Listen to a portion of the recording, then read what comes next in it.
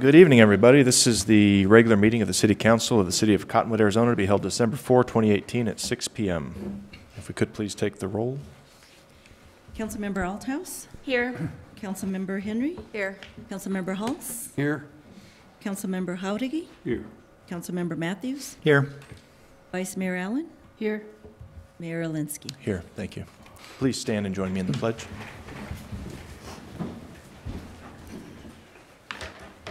I pledge allegiance to the flag of the United States of America and to the republic for which it stands, one nation, under God, indivisible, with liberty and justice for all.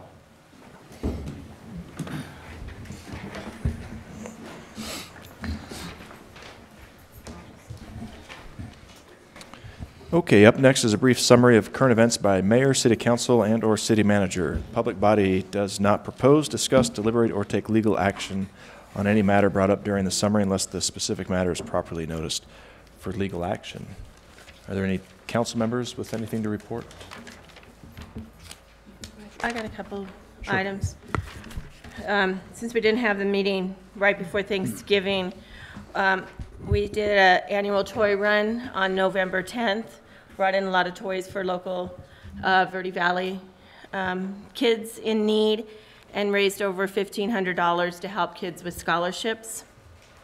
Several of us up here attended the Verde Valley Military Service Park flag changing ceremony on Veterans Day, which was November 11th, which is always just an incredible. If you haven't been, I encourage people to go. They change the flags twice a year, and it's just amazing to watch that American flag come down and go back up. It's just huge. It's a great ceremony that they do. And then the final thing is Rainbow Anchors came to the City Council earlier this year asking for help with funds to continue to run Rainbow Acres.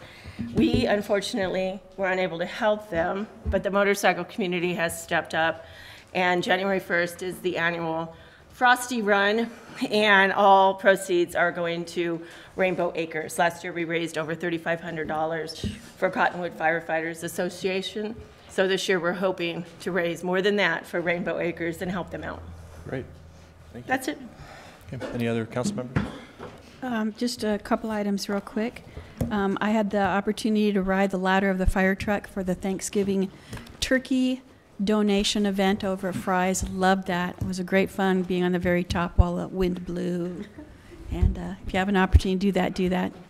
I attended a celebration of life for a community member who was a part of the City of Cottonwood family for many years before he moved on to other venues, and that would be Robert Wager.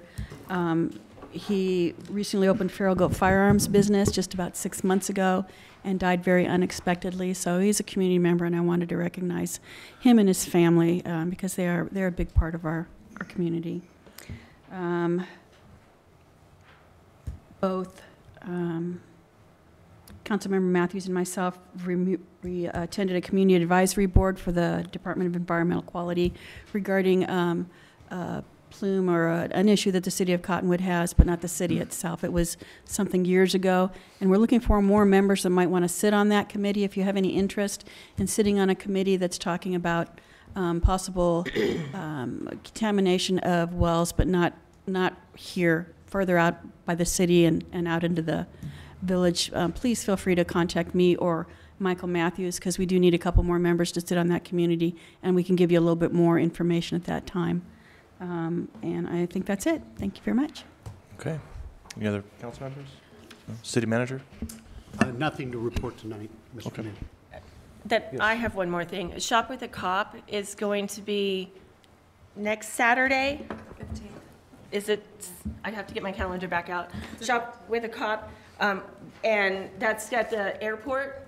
It starts at the airport where Santa Claus comes in on a helicopter. It is the 15th, and we won't have another meeting before that. So I want the community to know that Saturday the 15th is Shop with a Cop. Great. It's in the morning, right? It's in the morning, and I think it's 8 a.m. that Santa comes in. Usually it's pretty. Usually it's pretty early. It's pretty early, but it's really cool to see Santa come in on a helicopter. I think it's cool. I like to see Santa. Get in a good word. All right. All right, then we'll move on to call to the public. This portion of the agenda is set aside for the public to address the council regarding an item that is not listed on the agenda for discussion. However, the council cannot engage in discussion regarding any item that is not officially listed on the agenda for discussion and or action. And those who speak during call to the public are limited to a 5-minute time period, or they'll be cattle prodded. Right? Wow. So yeah, it's a new rule. We just started it. So we only have one gentleman here tonight to speak during call to the public, but anybody's welcome. There are yellow forms in the back. They look like this or something close to this. You can fill them out, and you're welcome to speak to the council. And we have Mr. Joe Schnupp here today from Cottonwood Oak Creek School District. Thank you, Mr. Mayor, council members, staff.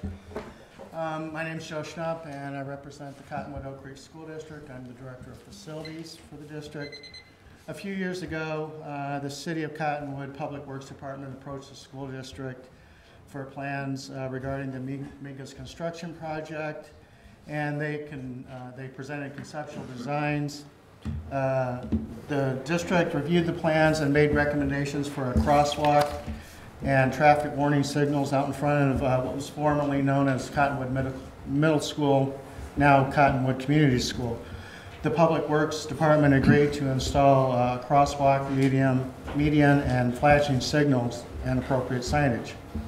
After the improvement project was completed and at the start of this school year, it was noticed that no warning signal was installed. It was also noticed that the traffic in front of the crosswalk was becoming hazardous and a dangerous situation with speeders and drivers just not paying attention. So I personally went out there and played crossing guard for a couple days to assess the situation, and it was a definite concern to not only the parents and the community and staff. We then met with the Public Works Department on the 14th of August to express our concerns and asked why the signals were not put in as originally agreed to. And we were told that it was due to federal funds that were used to subsidize the project were cut.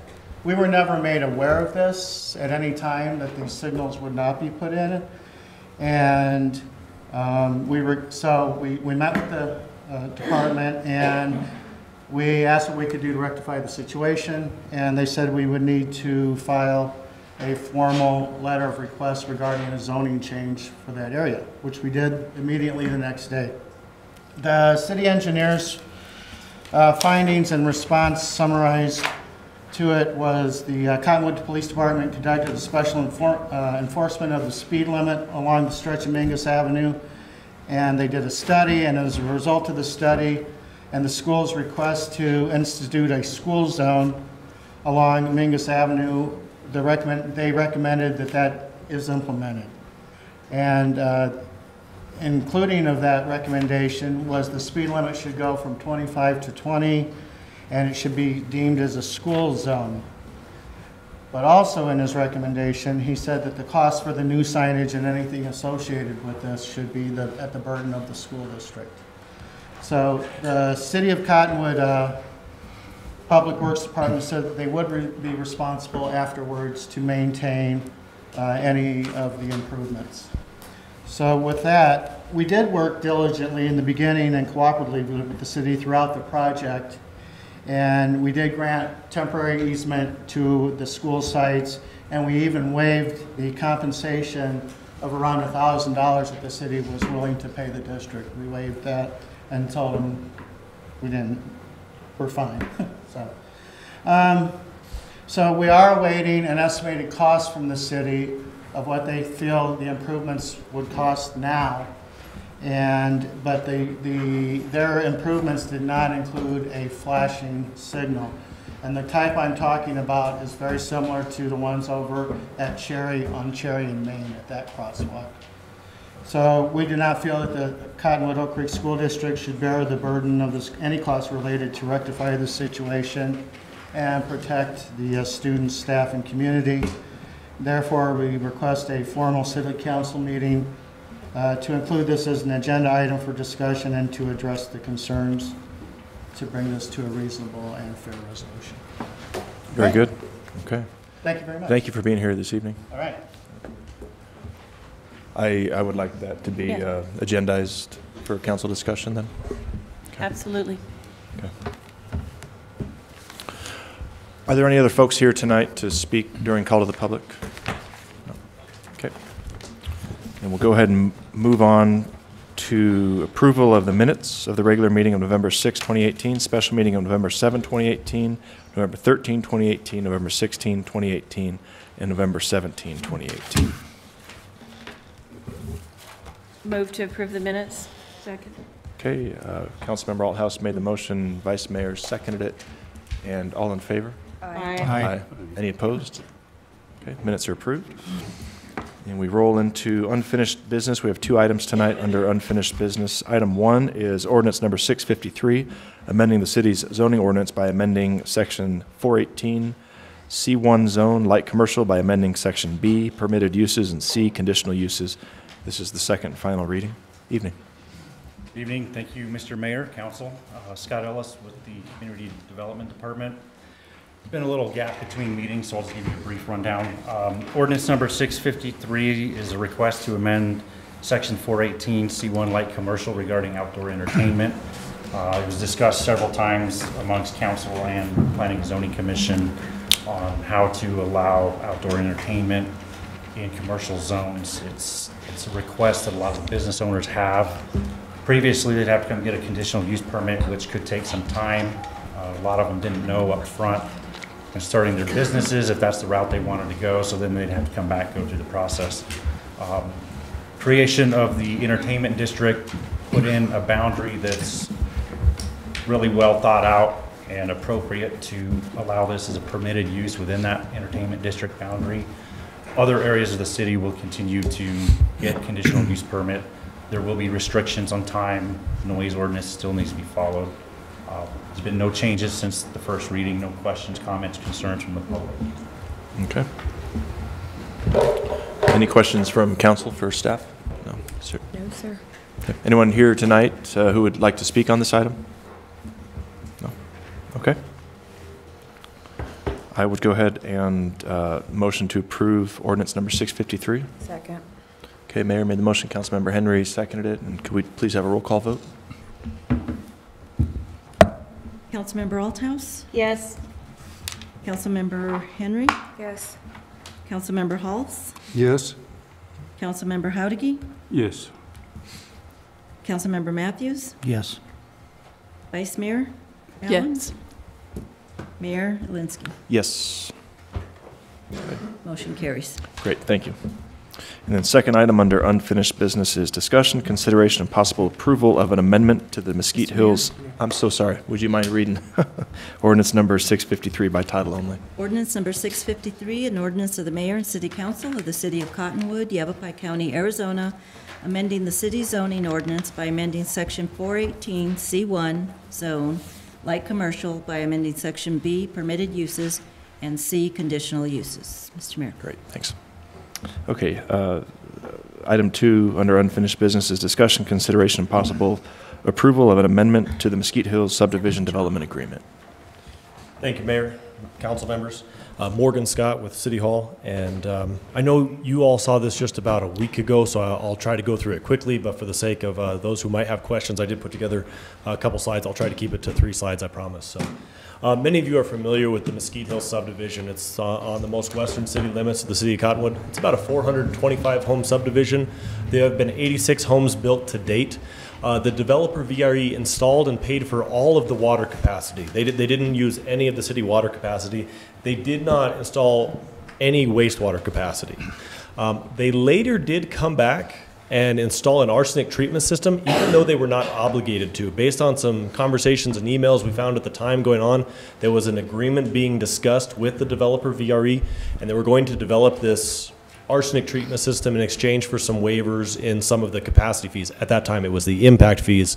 That agreement, unfortunately, never happened, but the developer entered in and completed that arsenic treatment system in good faith. at a cost of about $680,000 to the developer. They also acted in good faith, not only installing the system, they were great neighbors. They donated an easement to Yavapai, they donated to the city for use of the reclaimed line to Yavapai College. They agreed to reimburse the city for a cost of the water line that the city put in order to service Cottonwood Ranch. They were not obligated to do that, but they agreed to do those things in order to move forward with their development. They also installed way more water capacity than their development required them. In fact, depending on which report you read, it's somewhere between, they will only use somewhere between 29 and 53% of the water capacity that they developed.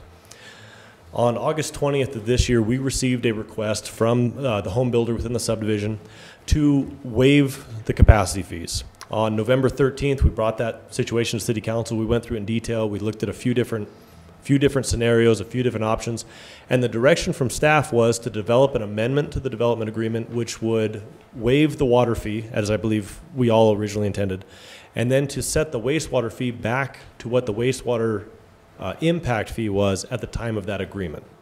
And so that was the direction we received from council. We went ahead and we put that amendment together. So this amendment would charge the wastewater fee that was in place at the time as opposed to what is in place today, and it would waive the water fee.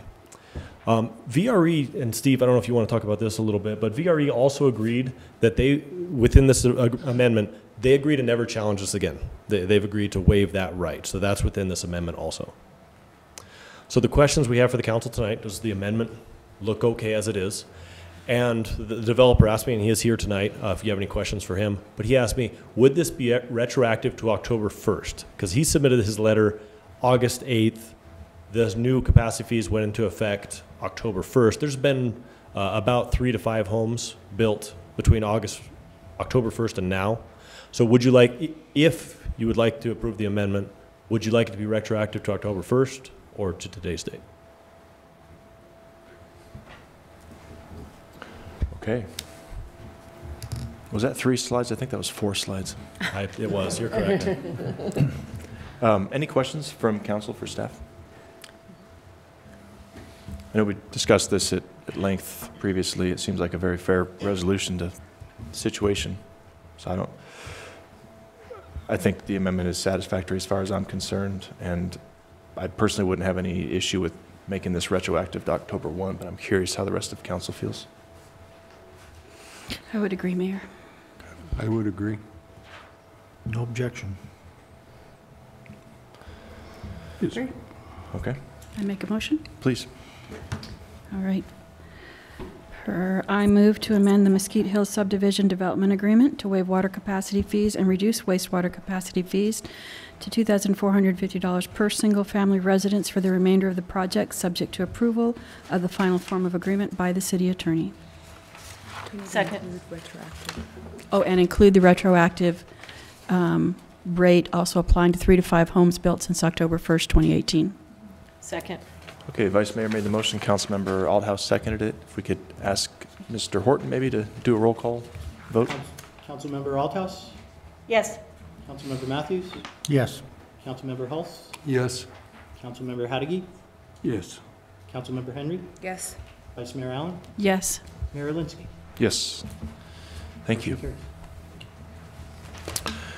Okay, next we roll into the consent agenda, and the following items are considered to be routine and non-controversial by the council and will be approved by one motion. There will be no separate discussion of these items unless a council member or citizen so requests, in which case the item will be removed from the consent agenda and considered in its normal sequence on the agenda. We have 3 items tonight under a consent agenda, and I'll read them out loud for the folks in the audience. First is change order with CNS Engineers for additional construction administration services for Phase 2 of the airport apron reconstruction project. Second item is trail corridor access easement agreement with B&B Revocable Trust for the Del Monte Wash Trail. And third item is resolution number 2972, approving the City of Cottonwood 2018 Emergency Operations Plan and Quick Reference Guide. Is there any item that a council member would like to have pooled? Is there any item that a community member would like to have pooled tonight? Okay. Move to approve the consent agenda. Second. Okay, Councilmember Henry made the motion and Councilmember Hulse seconded it. All in favor? Aye. Aye. Any opposed? Okay, then the Consent agenda is approved. If we could please have our city attorney read resolution number 2972, approving this by title only. Has she vanished? I didn't even notice if she... I didn't either. She's messing with you. Yeah, I think so. She's hiding. She's hiding under the table. Right here, Steve. Oh, thank you.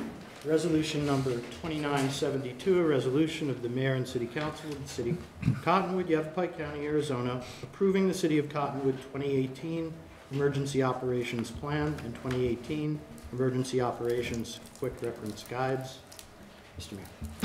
Thank you. Okay, now we move into new business, and the following items are for council discussion, consideration, possible legal action. First item under new business is resolution number 2971, appointing youth commission members and establishing their terms of office. Evening. Mr. Mayor, Council, Hezekiah Allen with the Parks and Recreation Department. I look forward to this every year, see the incoming members for the Youth Commission and the hard work that the Youth Commission has done to get to this point. The Youth Commission has an esteemed history with winning in the past the Governor's Youth Volunteerism Award, many community service hours, and many great projects, and we know that these individuals will continue on that legacy. To help out with some leadership skills, Brigham Peterson is the new president this year, and he will be taking the lead on this. He will introduce the requested receipts and then go through the individuals that they are requesting to be seated this year that have gone through the application process. Very good. Thank you, Mr. Mayor, council members. Evening. So my name is Brigham Peterson, and I am here to present the new members of the Cottonwood Youth Advisory Commission here to you tonight, as long as me being appointed as president. First members we'd like to appoint to the Cottonwood Youth Advisory Commission are McKenna Bliss, Itzel Diaz, Rianne George, Michaela King, and Kiata Murdoch. So we will be hearing from first McKenna Bliss.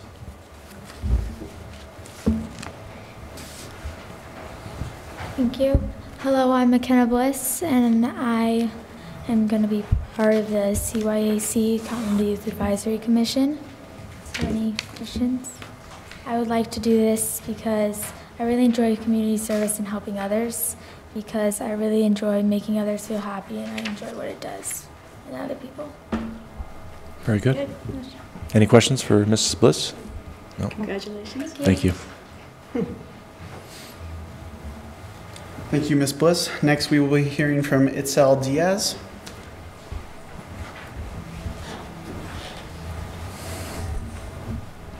Hello, my name is Itzel Diaz, and I really love to be in the Youth Commission because I really like helping and volunteering with my school, and I would really love to volunteer with my city and just to interact with more people outside and in my city, and just volunteering. I'm in student council, and it gave me an NJHS, and it gave me experience to keep on going for my city.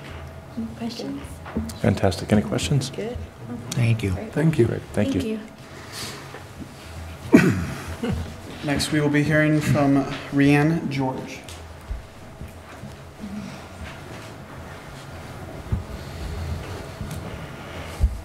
Hello, I'm Rianne George, and I am going to be joining the Youth Commission.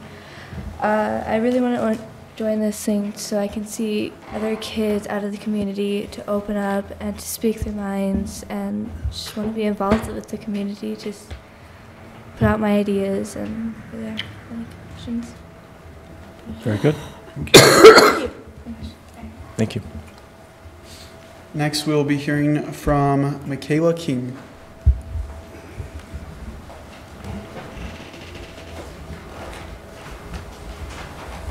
Hi, I'm Michaela King, and I would like to be in the Cottonwood Youth Advisory because I've always loved helping people, and right when I heard that this is not helping just one person but multiple in our community, I knew that I would want to be in it. Very good. Very good. Thank you. Thank you. And last, we will be hearing from Kiati Murdoch.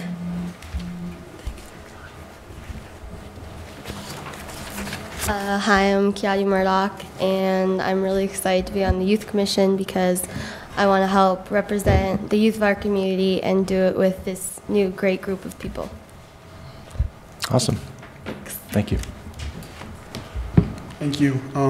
We'd like to re-seat these following members: Riley Bliss, Jamie Chanowith, Ruben Coyansey as the secretary-elect for this year, Dallin Gordon, Annison Jones, myself, Brigham Peterson, as the president-elect for this year, Jahia Rogers, and John Valentine as the vice president-elect for this year. Very good. Thank you. Seem like a stellar group of young leaders for us. Thank you very much. Thank you. Mayor, Council, we would also like to seat Kayla Mack as the staff representative, the city liaison for the group. Herself, along with Jack Teal, will be leading up the charge with the commission along with the leadership side on the commission. So we're proud to have her. Great. Very good. Very good. Okay. That's it. Okay, thank you. Well, folks, there's nothing easy about coming up and presenting to council, so you're all very brave to do so. Great job. Ready for a motion? Yes, please. All right, I move to approve resolution number 2971, appointing members to the Cottonwood Youth Advisory Commission. Second. Okay, Councilmember Henry made the motion. Do we need to include anything in there about the staff liaison, or is that something that's handled? It's in the resolution. Oh, thank you. Okay. I'm sorry. So Councilmember Henry made the motion, and was it Matthews. Matthews that seconded it? And roll call vote, please. Councilmember Althouse? Yes. Councilmember Henry? Yes. Councilmember Halls? Yes. Councilmember Howdigy? Yes. Councilmember Matthews? Yes. Vice Mayor Allen? Yes. Mayor Alinsky? Yes. If we could please have the clerk read resolution number 2971 by title only. Resolution number 2971, a resolution of the Mayor and City Council of the City of Cottonwood, Yavapai County, Arizona, appointing Youth Commission members and establishing their terms of office. Mr. Mayor. Okay, congratulations to you all.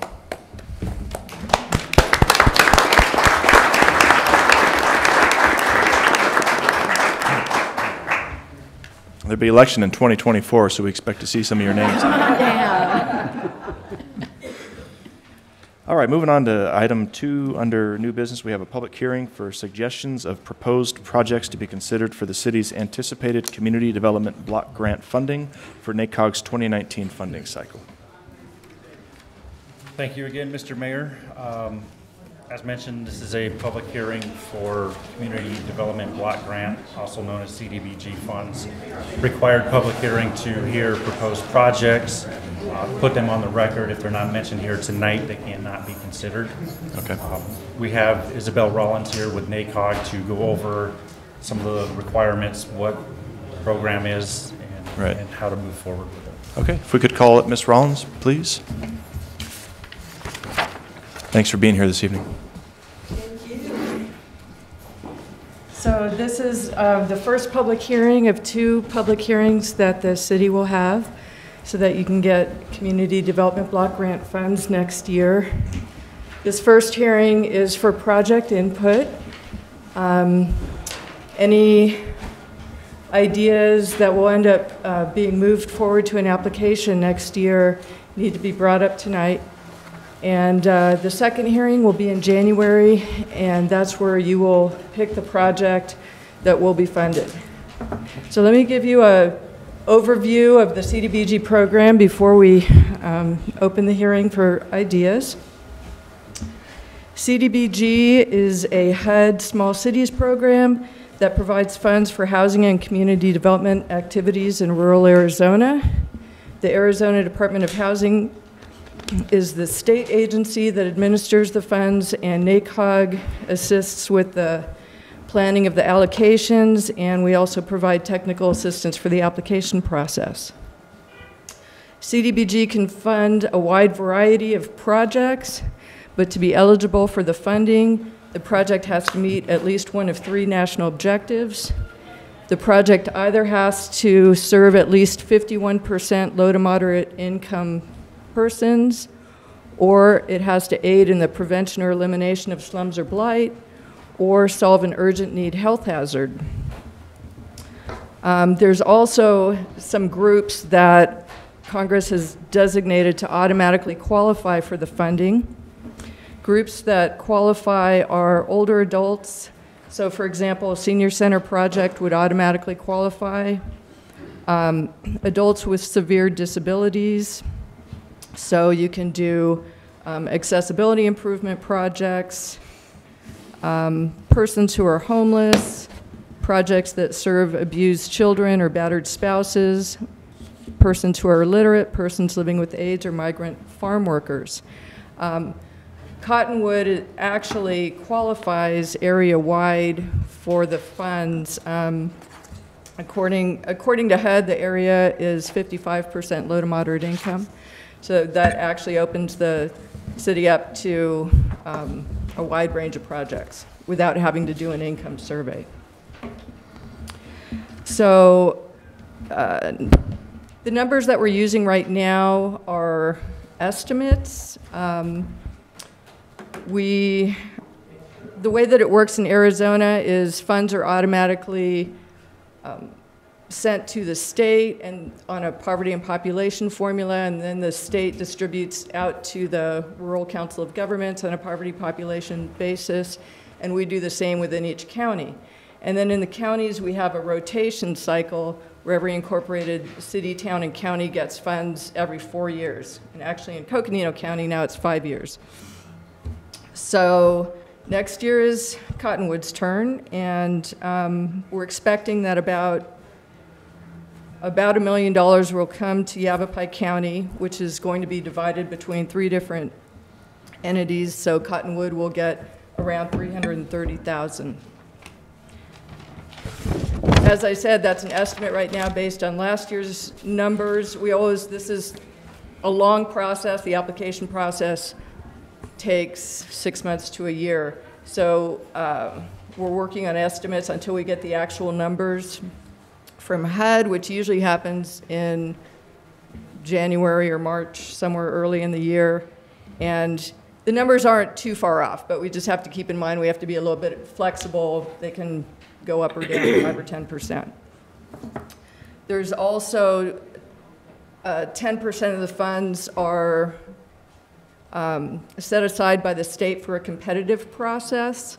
So communities can apply for a competitive statewide round every year. And it is very competitive. However, you have to have match money for that, and you have to have your design and an environmental review done, and the project has to be a lot further along, but that's an option that you have as well. So, as I said, there's a variety of projects that you can fund with CDBG, and let me go through the major categories. Public works and safety, so you can do water and wastewater projects, road and street, flood, drainage, fire protection. You can do community and supportive housing, so you can do accessibility improvements to public facilities. You can do food banks, senior centers, supportive housing such as shelter or halfway house. You can do public service projects, which generally means operational funds for a nonprofit, but it can fund things like a job training program or services for homeless or emergency assistance.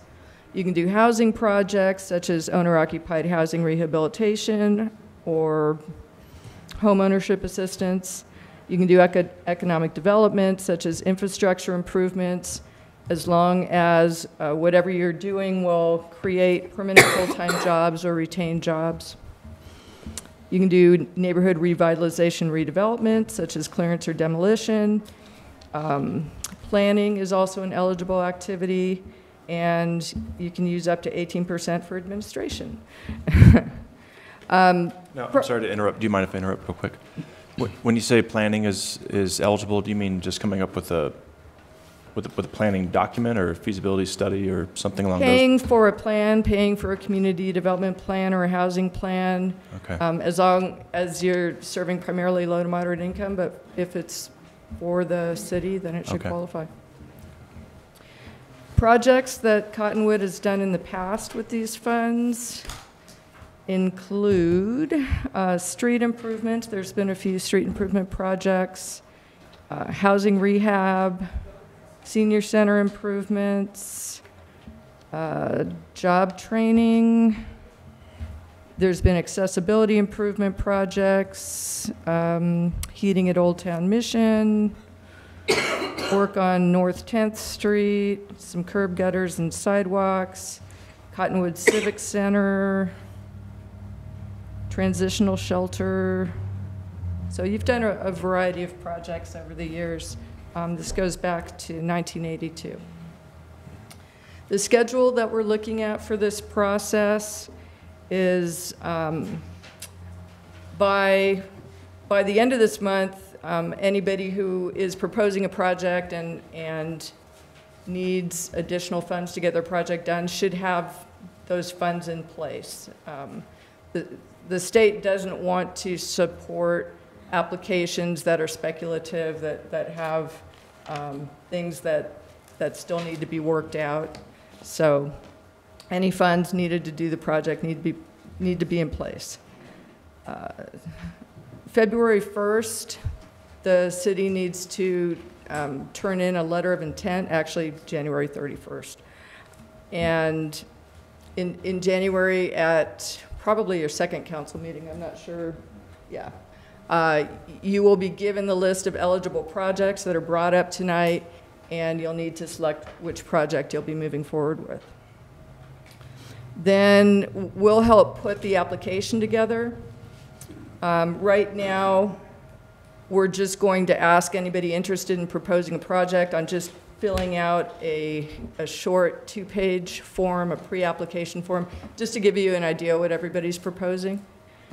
And then by June 1st, we need to put the full application together that asks for quite a bit more backup information. So the application will be submitted to Department of Housing at the end of May. Then they review it a few months, and the contracts and funds should be available the end of next year. So it's a long process. Council has the final authority to select projects that most fit the city's housing and development needs. You cannot apply for a project that's not discussed at a public hearing, and this is the only one planned, so it needs to be brought up tonight. So even if you're not sure a project you have in mind is eligible, it's a good idea to just get it on the record, and we can check into it over the next month and see if it's an eligible project.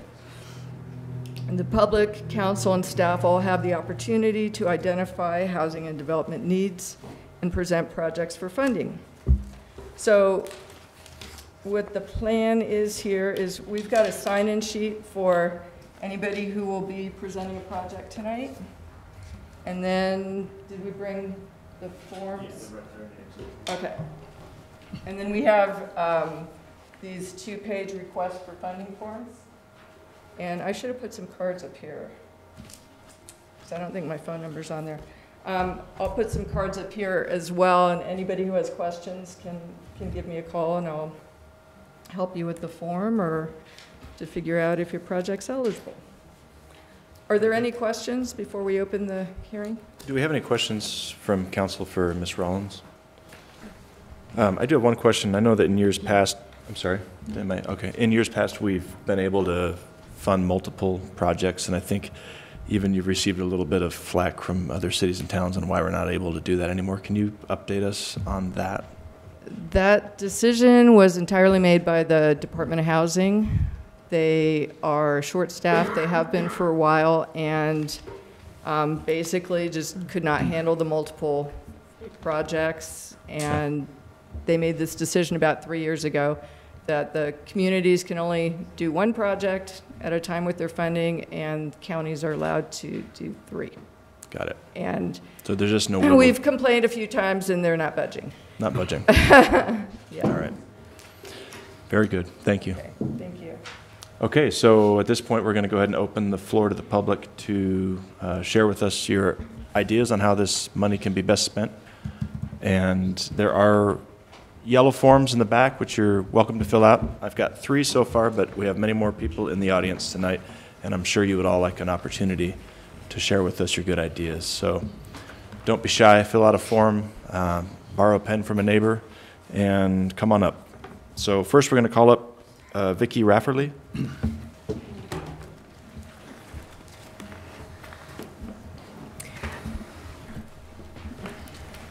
Good evening, Ms. Rafferly. I'm here with Raina Avalon. She's the president of the Verde Valley Homeless Coalition, and she's applying for a grant to help people like me that are homeless to get transitional housing. Until Vicki, could you pull your mic down? I'm having a hard time hearing you. Sorry. Thank you. She's applying for a grant for transitional housing for people like me that that are homeless, that want to go back to work, and just sleeping outside is not good for somebody like me. And that's why I'm here. I want to go back to work, and I think what she's doing is wonderful. Very good. Okay, thank you. Thank you. Yes, Ms. Rafferly, if we could have you fill out the form there, sign in with your... This one? Yep. Yes. And go ahead and write, there should be a box in there for your, for the shelter that you'd like funded. I haven't seen that form, but... Yeah.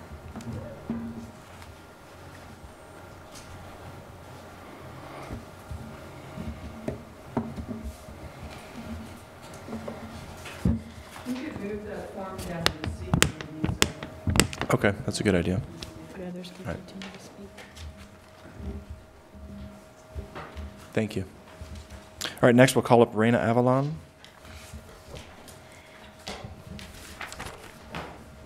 Good evening. Hi, everyone, Mayor, council members. I'm the executive director of the Verde Valley Homeless Coalition. And our mission is to identify and create real solutions to alleviating homelessness in the Verde Valley. And so today, currently, we have a daytime drop-in center for the homeless to come during the day and get out of the heat or out of the cold, or there's multiple services we provide. And we have a 35 and below overnight shelter that we've been, tonight is the 4th night that we've been open this year. And so we can accommodate 12 beds, 12 people, and we've had about 10 each night so far.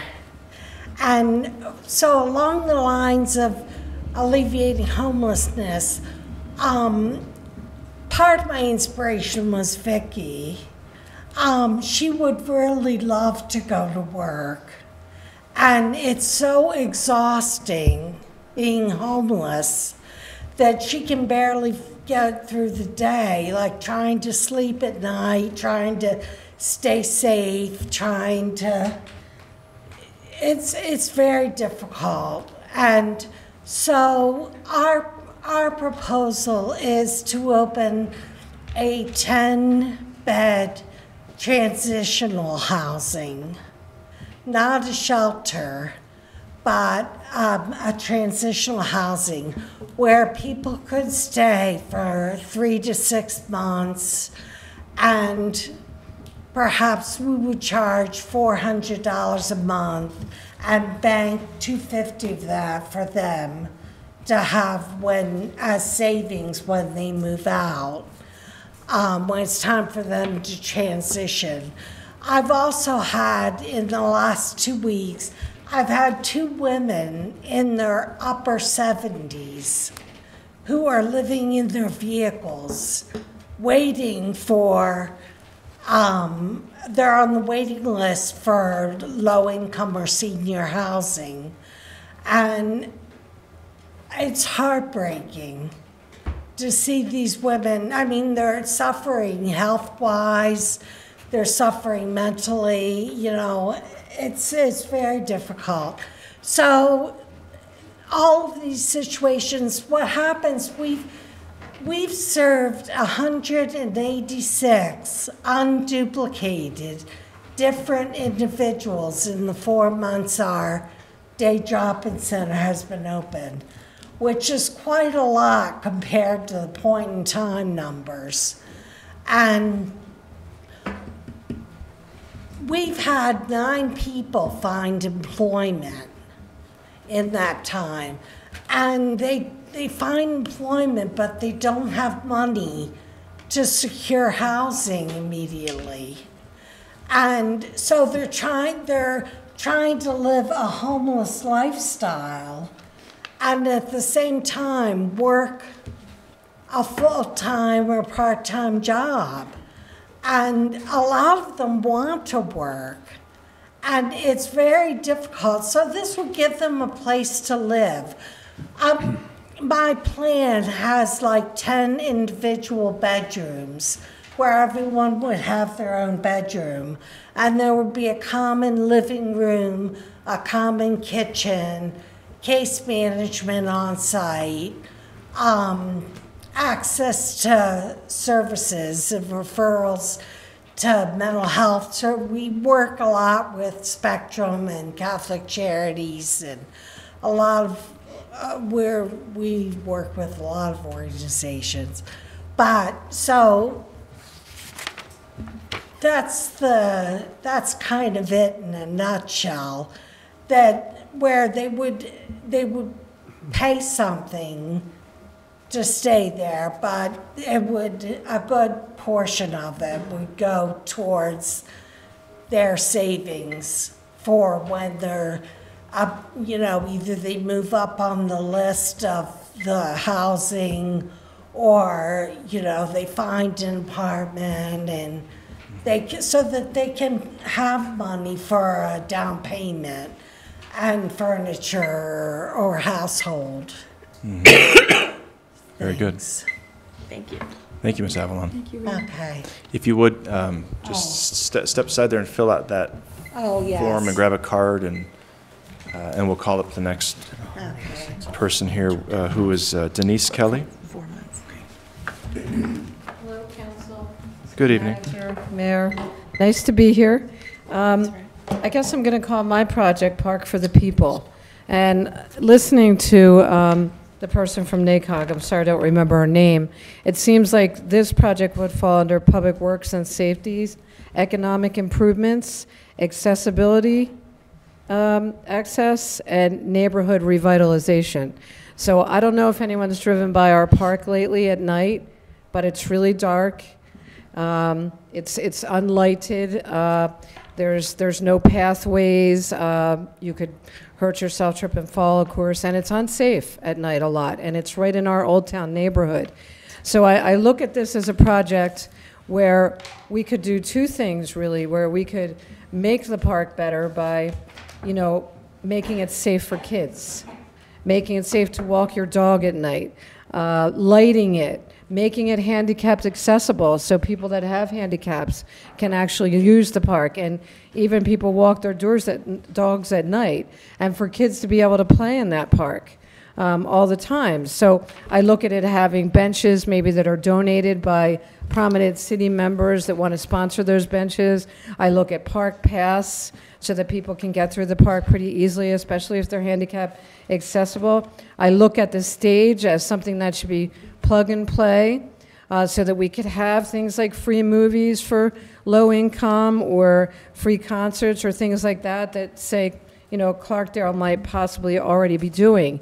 And then some kinds of a kids area where low income kids can come and actually play outside and be organized. And then I look at the park in a different way as a gem, an undiscovered gem, and a gold mine. Because if you were able to rent this park out or do events, then you could actually take a percentage of those sales from those events or from that rent and put that towards something like the Homeless Alliance in this area. So in looking at events, what we used to have when I bought my property at 3 Kings Casbar 3 years ago, we used to have a lot more. We had more farmers market nights, which attracted people. We had Fall Festival, which brought a lot of the locals out. We had the haunted house. And we don't have those anymore. We don't really have any festivals there at all, and there's so much we could do there. We could have a salsa festival, Oktoberfest, Christmas markets with lights, Christmas displays. How about a Christmas display that the kids in the neighborhood from each school come up with themselves? You know, things to do in that park that generate money, that then a percentage of that can be used even towards other nonprofit situations. I've talked to a woman today by the name of Marlo Johnson that does the Oak Creek Arc shows in Sedona, and in Oak Creek she does 17 a year for Yavapai County. And this is pretty lucrative, and how she does that is she pays rent, so she would pay rent to the city, or she would pay you by the artist, and she gets 40 to 60 artists at every event. And we could have then a children's booth there also to be doing interactive art, which benefits kids that may not usually have the opportunity to do that. It would also be a source of probably of at least temporary employment. And then she also pointed out to me that all the vendors, she pays taxes, all the vendors pay for business licenses, they all pay taxes, and all the incremental we know what you I mean. hate being in front of people sometimes. Incremental income from alone the 40 to 60 artists that come, which would be spending money on food, hotels, gas, taxes, etc. And then for kids art too, we should have a booth just for kids art. So, I mean, I would propose that a percentage of sales for any of the events that went on at that park, that hopefully we would be able to rent to people that are well versed in organizing events such as that, would go to, a lower income income area as well. So I look at that as twofold: making that park safe and light and accessible, and look at the ways that that fits into her proposal, and then also generating income for that park. And by the way, when she does those art shows, she doesn't have any food vendors there because, she does that on purpose because they're in the areas that she does, so that those people are spread out into the community restaurants, who of course, employ a lot of employees, and some of which are low income. So it doesn't seem like such a desperate situation as others, but it's a long-term situation that changes that park entirely and turns that into not only a community place to go and feel safe, but also to generate income, to give a percentage, again, to those low-income charities, and also sales tax for the city. So, I mean, I wasn't prepared to do a presentation today, and this is probably not the place, but I got a whole lot more for this, and I can work on it, if you allow me to. And I think it would be a great addition to the city and Old Town, and for our community to come and be able to use that park at other times. So very good. Well, certainly jot your ideas down on the sign-in sheet there and grab a card, and we'll follow up. Okay. Well, I Thank guess you. I'm done. Thank you. Thank you very much. Okay, up next is Tanya Sims. Say it again, Tim. It's Tanya, isn't it Tanya? Yeah. Sims? Sims. We'll see. I don't know if you can see that far, but. So, good evening, Mayor Linsky and council members and staff. I just want to thank you. I appreciate the opportunity to be here, and I know it's open call. So the project that I want to represent to you, or to share with you, is regarding our restore. So first of all, I just want to make sure everybody understands and knows who Habitat for Humanity is. We've been in this community for 24 years, so I hope you all know. I don't want to make any assumptions. So primarily, just to give you a short background, we have been in this community for 24 plus years, and we build homes in partnership with lower income families who fall between that 30 to 60% range of Arizona, or area median income for Yavapai County. And then we also have a critical home repair program where we repair homes and make them medically or safe for seniors and veterans here in the community. And we have a restore on Main Street. I think most of you are familiar with it. We're at Villa and Main Street. We've been there since 2011. And that building is an old building. It was built and put into service in 1965. I think it's had some additions added to it since that time, but probably not in the last 15 plus years since I've been in this community. I haven't seen any improvements done to the building. So the building is in repair in many ways. And so my request is to support the renovations and improvements that we need to make to that restore. It's one of our primary revenue sources for our organization. It supports our organization as well as gives us funds to help with new home construction, our CHIRP program. That's what we call our critical home repair program, by the way. And it's in need of repair to the cost that we cannot afford in the next few years to accomplish all of the repairs. Like I said, it was built in 1965. It needs upgrades. It doesn't have handicap accessibility.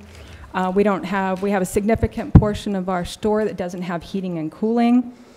We have a little cooler in one part that just sits on the floor. So it's not really a conducive environment for employees or our customers. So we have some needs there where we need a brand new roof on all of our buildings. We have 2 buildings there currently. We need a new parking repavement. It's a little unsafe the way it's set up right now.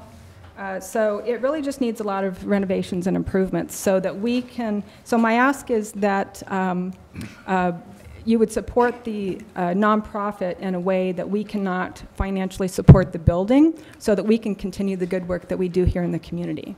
I'm not going to take my whole, I think it's 5 minutes or so, and I know this is just a short proposal, and I know that you all are going to have a difficult decision once you get the final proposals because there's many needs in this community. There's many people here who support a cause that's near and dear to their hearts, so I wish you good luck when you do come down to making those decisions.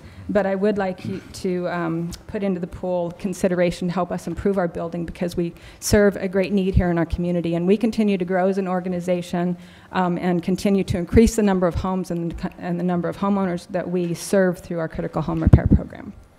Thank you, Ms. Sims. Appreciate it. Thank you. Appreciate your time. Okay.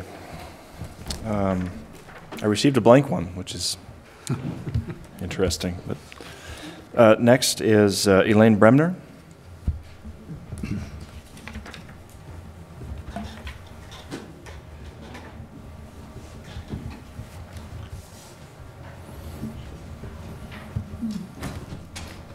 Evening. Good evening, Mr. Mayor, and City Manager, and members of the City Council, et al. My name's Elaine Bremner. I'm the Executive Director of the Verde Valley Senior Centre. I think you all know that. You've heard me many times before. Okay. So, I have a 100-year-old building, and we have a huge investment in that building, which many of the local municipalities contributed to during the renovation period. And in fact, the city of Cottonwood, as I recall, donated $100,000 in CDBG funds and $200,000 out of their general fund. Camp Verde donated. I remember Clarkdale donated, and so did the Yavapai Apache tribe, because they all saw this building as the hub for seniors, for senior happenings, for all good things. Actually, it services all ages. But and we really succeeded in putting a really fantastic building together. And the renovations, I think you will all agree, turned out very well. But now we need to finish the job. The things that didn't get done with the $1.6 million that was raised to renovate the building. The other $330,000 would just about do it. True. Okay. The things that need to be done, the exterior walls, they need to be cleaned and the mortar replaced and repaired, the brick sealed, for example. to prevent further deterioration. Old brick does crumble and it does deteriorate. Now, some of you may be familiar with Yes, the Ark and their renovation project. And this is much the same, only we don't need the windows and the doors, etc., you know. And so we do need the sealing of the bricks. And other things that didn't get done because of cost were guttering. We need easy accessibility for seniors, and we need to consider that. And redesigning the kitchen exhaust system, which is up like 3 stories high and very difficult for any repair person to get up there and change a belt. So that system needs to be brought down to the ground, so to speak. And that will cost a lot of money. This is just a rough idea. We also need signage, so I'm going to throw that into the mix. I'd also like to remind everyone that this building, in order to be there for another 100 years, needs this kind of attention. Okay? It's 100 years old, it can be 200 years old, long beyond any of us in this room, but it'll still be serving the same purpose: feeding the elderly citizens of the Verde Valley, and we know how fast that's growing, and we are already providing more than 60,000 lunches a year, and those numbers have increased in the first quarter of this fiscal year by 9.62%. So the need is there, it just keeps increasing, and everyone's aging. I'm looking around the room, I'm not pointing fingers or looking at anyone. I'm not looking at anyone in particular, but there's some people that are like, you know, going to be over the hill with retirement, you know, and then they may come and volunteer at the senior centre and home deliver meals while they can still walk, you know, while they're still able.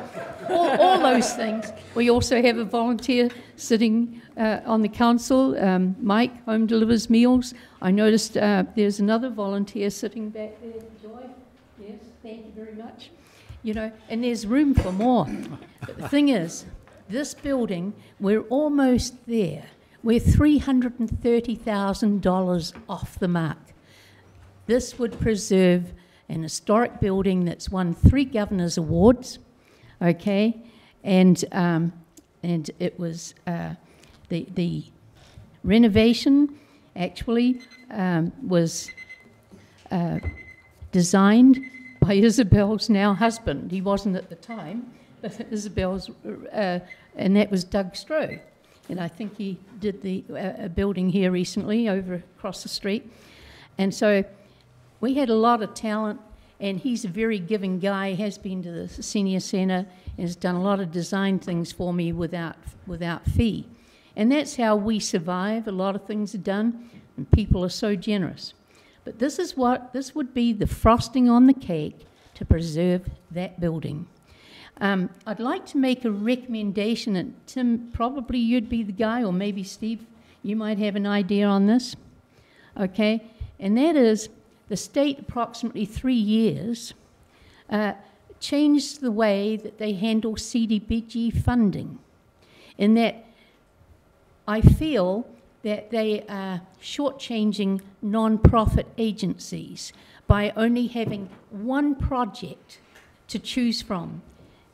Prior to that time, there were several projects that could be chosen. And I don't know if any of you are aware of that, but I think that the state needs to be, this needs to be brought to the state's attention, and very quickly, so that this doesn't continue, because I see it as being a little on the prejudice side towards non-profit agencies. That's my opinion, and I always have one. I think you know that. Yes. So does anyone have any questions about any questions from council, from Ms. Bremner? No. Your opinion, too, is shared by, I would say, most on the Leadership Council of NACOG, including myself, and it is a shame that we can't divvy up the amount of money to smaller agencies, I think it would go a lot further in the community. So I Well, think we've well, had well- almost a unified voice in expressing our concern over that. Thank you. And you know, the county's been very generous with, you know, that the $250,000 grant that I was awarded afforded us the opportunity to put in the covered parking with solar. That's a huge building. It was common sense to do that. But we mustn't just let it go now. We need to finish the job, keep it going, and move on. So please do write your thank you ideas very down much. on the form. Don't All forget to right. do that. And We appreciate you listening, and thank you very much. I know it's going to be difficult to make a decision. You have your own projects too, but do consider the senior centre. Thank you very much. thank you. And folks, I'm out of yellow slips, but I know there's many more in the audience that would like to share your good ideas with council and the community on how we should spend this money, so please don't be shy. I see about half of the board here for the Homeless Coalition. It's good to see you all. Would you like somebody to get up and speak? If you would fill out a form, that would be fine. Want me to fill out the form first? You can fill it out later. It's fine. If you're really seeking other people from the Homeless Coalition to speak, I guess I should. Mr. Mayor and Council, I'm the president of the Verde Valley Homeless Coalition Board of Directors. So, as a board, I think that we've only been operating for about a year. I think we organized in October of last year. We selected a board of the president and everything, the executive team in January of this year. And in that short time, we have opened a day drop-in center. It's our second season doing the overnight cold weather shelter. And so we have the right people on the board. We have the right mission. And we are moving forward. And we're moving forward much more quickly than I thought we would when we organized last year. So, but the situation with individuals experiencing homelessness has not changed. In fact, I believe that we have more homeless now than we had when we organized, according to the counts, and what we're seeing in the day drop-in center. So the problem has not changed. It's not going away. It's here, and so we have to deal with it. And I do think that the transitional housing program could really help with that. If you take some of these individuals who are already working on getting jobs or already have jobs but are struggling to maintain that because they're homeless, and we put them into a supportive environment that will give them money to pay their security deposits when they get out. You know, they pay their rent, we bank some money, they'll be able to pay their security deposits, their first month's rents, utility deposits. They'll be able to pay all that then when they find housing. They'll be able to continue to work and be in a safe environment to do so. They'll get the case management that they need to improve their situations, whatever those are, and the other supportive services that are needed, as Raina said, through Spectrum with the behavioral health, Catholic Charities with the housing, and a multitude of other things. Raina really is wearing the jack of all trades hat as the executive director, and is all things to whoever walks in that room. So I would really put a plug that we need to do a little bit more here to help move our homeless forward, out of homelessness and into stable housing. Thank you. Thank you very much. Any other folks here tonight to speak? Okay. I know that staff has some ideas that they wanted to present as well tonight. I think now would be the one and only time. All the time. I wish I had Elaine's accent, but I do not. You could try. I know. Mr. Mayor, Council, Hezekiah with the Parks Recreation Department. Staff met and reviewed the projects that were submitted through Council, through Morgan and Scott, Planning and Zoning. We came up with a preliminary list of priorities by order.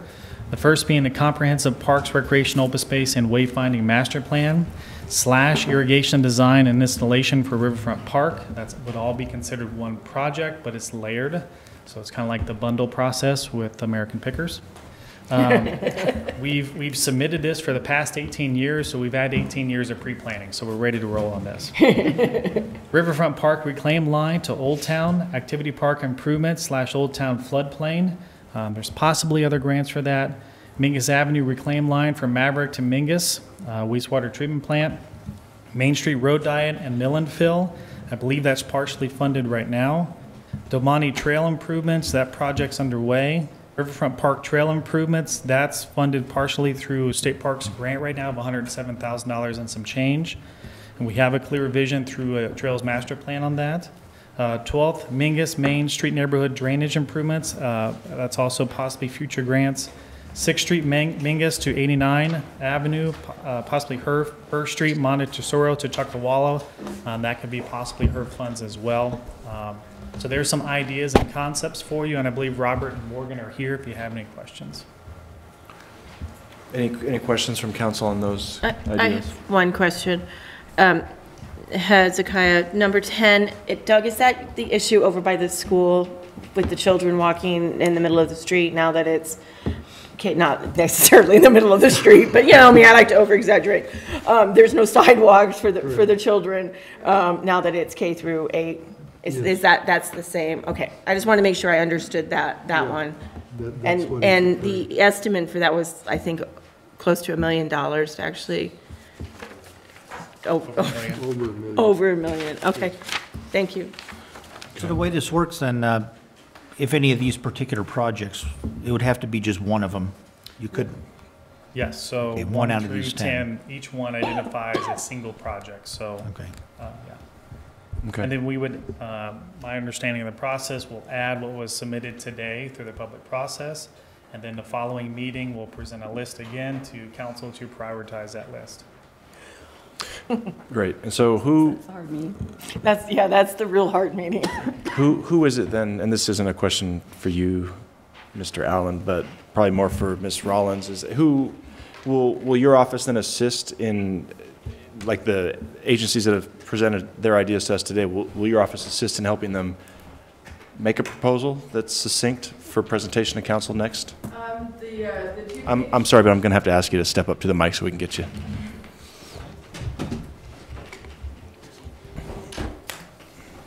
This two-page form is very simple to fill out. It asks all the basic questions about who's going to be served, how much money do you need, a brief description of the project, etc. So I don't think anybody will need my help with the form, but they're certainly welcome to contact me if they have any questions. Okay.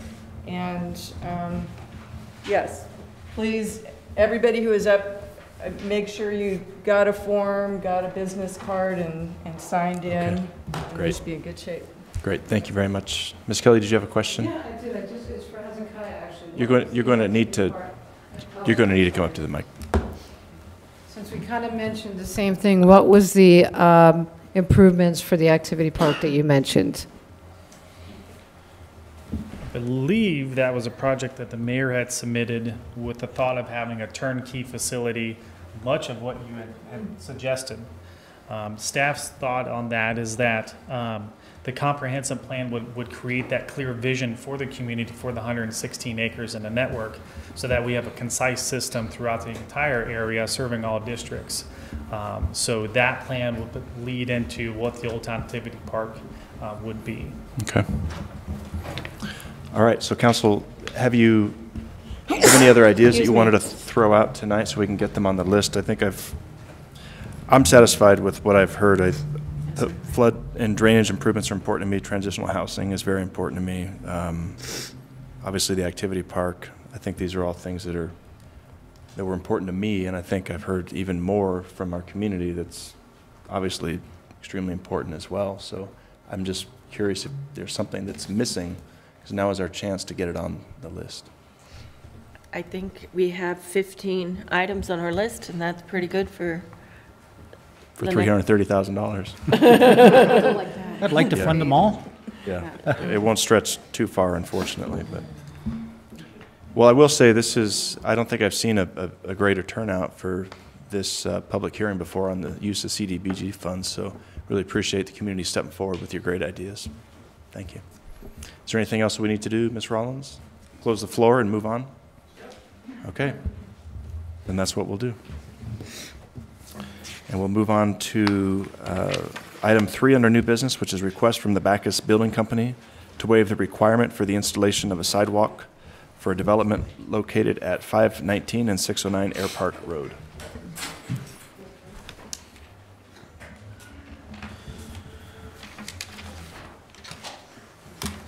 Thank you, Mr. Mayor. So we received a request from local developer Bob Backus about a development that he's working on in the industrial area along AirPark Road. First, I'll go through where it's at, just to get everybody familiar with the situation. Could we get, Jackie, could you hit the lights for us? Thanks. Thanks. There you go. So just where are we at, first of all? So the two parcels are circled right here in red near the airport. This is Cottonwood Street. You've got AIRPARK Road here, Calvary Way, and Willard right here, just so we're all kind of know where we're at. This is an aerial of the area taken obviously while it's under construction. AIRPARK Road here, Cottonwood Street here, Calvary here. This subdivision to the north, which these two lots are a part of, was not required to install sidewalks when it was approved in 2003. We haven't found an official waiver, but it was not put in when that subdivision was built. This subdivision here to the south was required to install sidewalks. You do have sidewalks here. The industrial subdivision in this area was required to install sidewalks, but there are no sidewalks to date on AIRPARK or Calvary and on the north side of Cottonwood Street here. This is what it looks like. This picture was taken this afternoon. As you can tell, they're getting ready to finalize this development. They're probably putting in for a certificate of occupancy here in the next couple weeks. If they haven't already, I may even be behind. But the sidewalks would go here as well as here, and I'll apologize, I'll back up one slide. So the way staff is interpreting the code, the developer would be required to install sidewalks on all three sides of their development. The code does seem to contradict itself, which is why we're bringing this to you tonight. We'd like some direction, clarification on what you'd like to be done. So we received a request to waive these sidewalks. As I already mentioned, the subdivision that the development was not required to install the sidewalks in 2003. The way staff interprets the code, new developments that come in to install buildings in that subdivision should be required to do a half street improvement along their frontage, and I'll get into that in just a second. Yes, I already went through those. So Ordinance 144, this was adopted in 1984, states the developer shall construct off-site street improvements. The problem is it references a city master transportation plan. Our master transportation plans have never mentioned sidewalks. They deal with vehicles. So they don't say, hey, sidewalks should go here, sidewalks shouldn't go here. The way I'm reading this code, that was the intent, to say a master transportation plan will be done. It will say where sidewalks are going to go in the city. And if you're abutting one of those places, you'd have to do a sidewalk in front of your property. However, in 2005, the city adopted a subdivision ordinance that says that all city streets shall include sidewalks. So those are the two parts of code that seem to maybe contradict itself a little bit, but also depending on how you interpret that waiver of the original subdivision to waive the sidewalk requirements. That's why we're here asking you for clarification and direction today. What would you like to do with their request? The questions for the council, should the sidewalk be waived, or should it only be waived on any one side?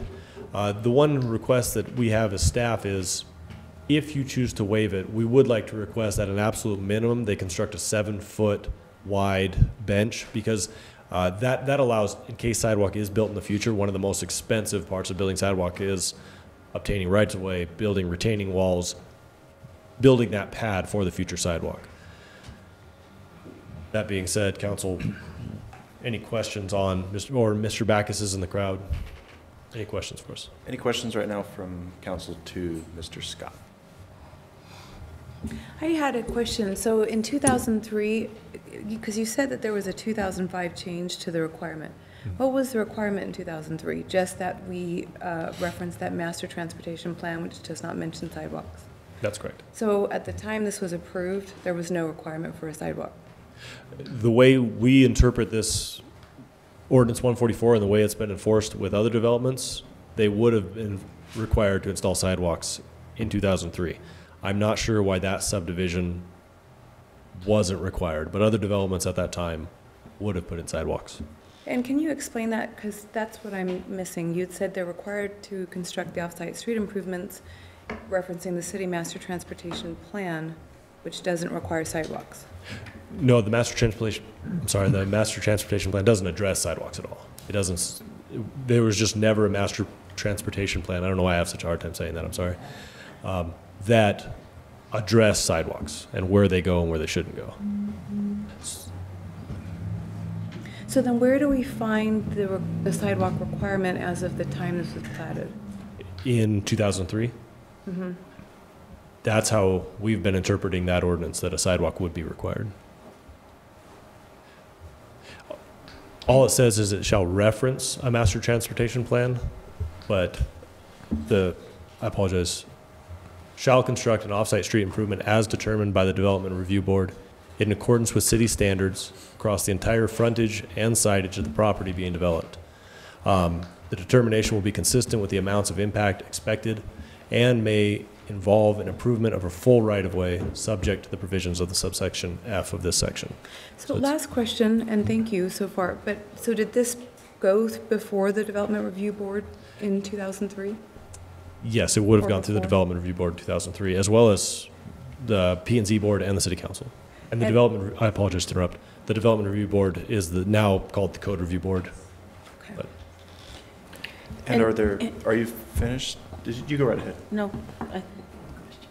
Yes, yes. And my question was, in all of those reviews, nobody requested sidewalks? In 2003, not that we can find. Follow-up, minutes were taken, I'm assuming, and there's nothing in the minutes that... There is one note on the plat that mentions the city will come back later to install, I think, graveled walkways, which actually the developer installed those graveled walkways. Councilmember Althouse, did you? Yeah, the property next to this property where Flip City is, that I believe was also developed by Mr. Backus, and and it has sidewalks. So, I guess why was it not discussed then? Is it a different subdivision? I mean, it's the same street. And So yes, they are two different subdivisions. This subdivision. So Cottonwood Street divides the subdivisions. Okay. I'm not certain, Bob can correct me, but I believe the subdivision was around 2008-ish was when this came in for development. Yeah.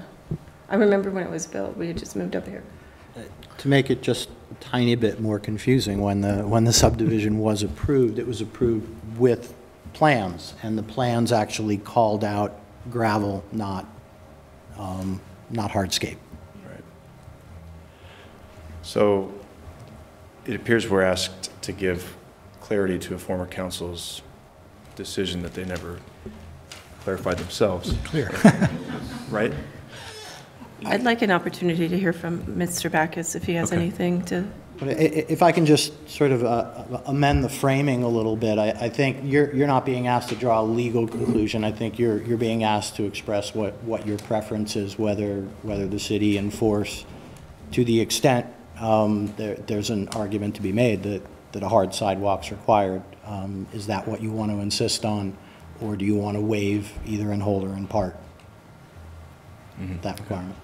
The reason I would like to hear from Mr. Backus is, I mean, obviously we need sidewalks in this community. It's one of the things we talk about multiple times up here. So I think that area, personally, I think it would really help us if it had sidewalks, especially with Flip City being there. So I'm curious why, I guess. And okay. Well, if we could then, if there's no other questions for staff at this... Oh, please, go ahead, Mr. Hulse. The undeveloped property to the east of this development, when it develops, are we going to require sidewalks? If it developed today, we would require sidewalks here and here. Okay. Yes, sir. Thank you. Okay. That's a good question. We've cleaned this up with the new engineering standards. So that's a different subdivision? It's not inside that subdivision. Correct. That's correct, different subdivision. Okay. All right, then if we could have Mr. Backus, please.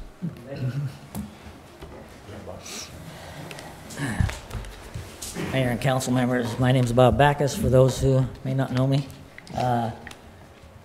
Yeah, the whole story of this thing was when we started this last phase. This is the last two lots, basically, in this replat of this particular area out by the airport. We took some property out there, we replatted it, made different sized lots and stuff, and this was in 2003. We got basically the approval, and why there was no sidewalks, I don't know, except that I think at the time we talked about it being an industrial area. There was really, There was no sidewalks out there to connect to anything, for one thing, and there was nobody out there to walk to those, and it's mostly industrial property. It's not residential. It's not where people usually walk. You get a lot of bicyclers down through there. We didn't have anybody before because there was no road. There was no road there. But you walk in the street, right? I walk in the street and I hate nobody likes the sidewalks to walk on. No, I walk on the gravel along the airport. Well, anyway, side. Yeah. well, so what we agreed to in 2003, what the city council agreed to, was that they would actually put in a granite pathway, 8-foot wide granite pathway, and the city was to put it in. I don't know who was going to maintain it, but the city was to put it in. And then I don't know where that came from. The city never did put it in, but we put it in all along AIRPARK Road, from our office clear to here. We put a granite path in, and we have maintained it for 15 years, keeping the weeds out of it so people can walk along that road. There was a little 3-wire barbed wire fence along that property when we first developed that. The city came along with it in the airport, and they put a 6-foot fence in there, which narrowed that walkway down a little bit. There's still about 5 feet. That's walkable. Now, from my office to Mingus, it gets a little gnarly. That walkway is not so great because it's steep and everything else. But there was no sidewalks from Mingus all the way to this point. Because when we developed this, and when I got ready to build these last 2 lots, I turned the plan in for these last 2 buildings. The site plan has no sidewalks on it because I never put sidewalks on it because we were not required. The sidewalks that we got here was because we redone that subdivision, that parcel, and we were required to put that. And I want to tell you, it's a sore subject on my part. That's a $50,000 sidewalk, and I know 3 people that use it, and they use it to walk their dogs so that they can bring their dogs up there and let them go to the bathroom on those vacant lots. It's the only people that use those sidewalks that I've ever seen use those sidewalks. There was some ladies up there one day walking on the street years ago, and I stopped and asked them to please walk on the sidewalk, just so I could feel like that $50,000 was for something. They said, no, we want to walk on the asphalt. I said, oh, please walk on the concrete, just once, just to make me feel better. So anyway, that's where we've been. And so when I turned the plans in and we took it to code review, then the staff said, well, we want a sidewalk around that. And I said, well, wait a minute, I've not put sidewalks, it's not been required for this whole subdivision for me to put sidewalks. Now all at once, I'm required to put sidewalks in. That to me is a little bit strange that we can come back and do that kind of stuff once it's been approved.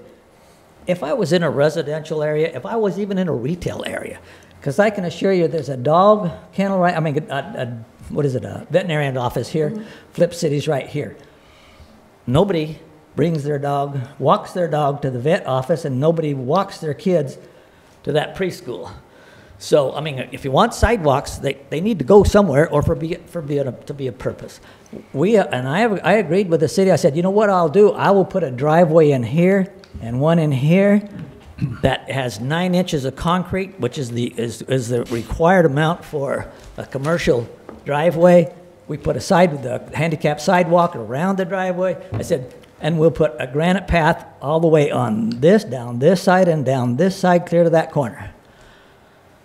But they want a concrete sidewalk. And I'm saying, I don't know how we can be asked to do at this point. At this point in this project, how can we come back and say, oh, you guys are required now to put a sidewalk in when we have not been required before? You know, and it kind of gets to me a little bit because they say, well, that's nothing. You should be able to do that. You always put stuff in, you know, it's not just a little bit of money, and it's not just a little bit of problems to deal with. Not only do I have to put that sidewalk in, I have to actually meet the city's requirements, and I have to deal with the city staff, make sure that sidewalk is exactly the right slope and exactly where it should be. And then I'll probably have to put a handicap access there and one across there, so that they can get off of that sidewalk to come over to this sidewalk, get off this sidewalk, and I don't know where they're going to go here because there's no sidewalks to go on. So I'm not sure what the city would even require that I do at that corner, But, so, I'm here, I'm not, you know, you guys, you know, we can either go by the transportation plan, which you don't have, or you as the city council can request that I put the sidewalks in. Who can't request that I put the sidewalks in by themselves is city staff. Because Ordinance 144 requires that you either go by your transportation plan or the city council tells me that I need to put it in. So I'm just here to find out what you're going to tell me. Okay? Very good. Any questions for Mr. Backus? Thank you very much. Yes, I do. Oh, So when you brought these plans to the city for your site plan and your building plans, it was approved without sidewalks? Well, no, when I went to code review, they asked me to put the sidewalks in. That was before you got started? Yeah. And then, but then, I took it to the design review board, and the design review board says, why are we putting sidewalks in? And so the comments from the design review board was that we accept this as presented. They accepted it as presented. Well, what was presented was a plot plan with no sidewalks. Now, they did make a comment, though, that we had to follow the suggestions that we got from the code review. But code review, I look at that saying, you know, they said I needed 3 more parking places too, and I really don't need 3 parking places. What's going to determine how many parking places I need there is what we use the buildings for, which we don't even know yet. So depending on whether it's warehousing, depending on whether it's retail, whether it's manufacturing or whatever. And so when I look at those comments back from staff, and I look at them, this is not right. Then I'm looking at it and saying, well, I should have gone back to the staff again and say, wait a minute, when I was at design review board, they were questioning why I'm putting sidewalks in. So that's where I'm at. And so now I apologize, but I'm dumping it back in your lap. No, it's okay. I'm just trying to get an idea of what the expectation was when you were going into the project and determining what your costs were going to be. Well, yeah, that was because I never had to put sidewalks in until we got to this phase over here. This phase was never sidewalks. So. And there was no clear guidance to put them in when you No, it was going to be a granite pathway. That's what's on the plan, is a granite pathway that the city was going to put in, and I don't know why they ever thought they were going to do that, but. So I guess if I may, because I'm a little bit confused because it. It's not your fault. Me too. So me too. When these plans were approved then by whatever authority reviewed and approved them as not having sidewalks, correct? So give me a timeline, because you just said when you went in. Let me tell you, when we went to code review, they meant the code review, the engineer said there was 8 stipulations that they want. One was a drainage plan, which number 1 and number 8 I asked to be taken off of the requirements, because number 1 was a drainage plan, which I thought was already done when we done that. When we designed the subdivision, we designed that subdivision with 3 retention ponds that holds all the water that comes off of that development. We have them scattered out, you know, where they'll take it. Mm-hmm. So I didn't really think that we needed another drainage report. Mm-hmm. But come to find out, which Robert found out, was we had some errors on our drainage report on this end. So we did do another drainage report to make sure that the stuff would work. Mm-hmm. And the other one was, I wanted the sidewalks to be deleted off of that request, because, like I say, we've never had to put the sidewalks in before. So I just want to get kind of a timeline here straight in my mind. So yes, initially, when the subdivision was approved, you didn't know what was going to be built there exactly, but the subdivision was approved without sidewalks. It was, yes. Okay, and then when you went in for code review to have these 2 buildings approved that you've built, that's when the staff recommended that you put in sidewalks. Exactly. None of the other 10, 12 buildings that I've built out there have ever been required sidewalks. And we've been doing this since 2006. We started building these buildings, and this is the last 2 lots that we got down to the last 2 lots, and all of a sudden, we want sidewalks. I'm saying, where'd that coming from? So that's, you know, and so it's up to you now to decide, tell me what I need to do. So, any other questions? I apologize for that, but. I have another question for Morgan. So thank you, Mr. Backus. Morgan, who owns the property, that empty lot behind? Do you know? Last I heard, I think it was Pete Schultz, but that could have been 10 years ago. Okay. Pete owns some of it. The other side over along Calvary Way is Olson, I think his name. So that was Bob saying this may be someone named Olson, this may be Pete Schultz. Oh, I was just curious if they were going to be developed, because back to Councilmember Holz's point, if they're developed and they have sidewalks and then this area doesn't, we're in that same situation, and we have, so much throughout Cottonwood of our sidewalks just mysteriously end, or, and that's going to be kind of weird. So I was curious who. Okay. Any other questions for Morgan while we have him up here? Mr. Backus, you have to come up, though, and speak into the mic. I just want to make one comment, and I don't know where I read this, but I know you can do an improvement district, and if we were to sign off on it and say we would not oppose an improvement district in this area, then you could actually delay the sidewalks, but at some point along the line, we're several hundred feet, even on Calvary Way, to where we've got sidewalks to tie into. It's an option that we could do, maybe, sign some kind of a waiver that we would not oppose an improvement district at some point and put sidewalks in at some point. At your expense? I think so. I think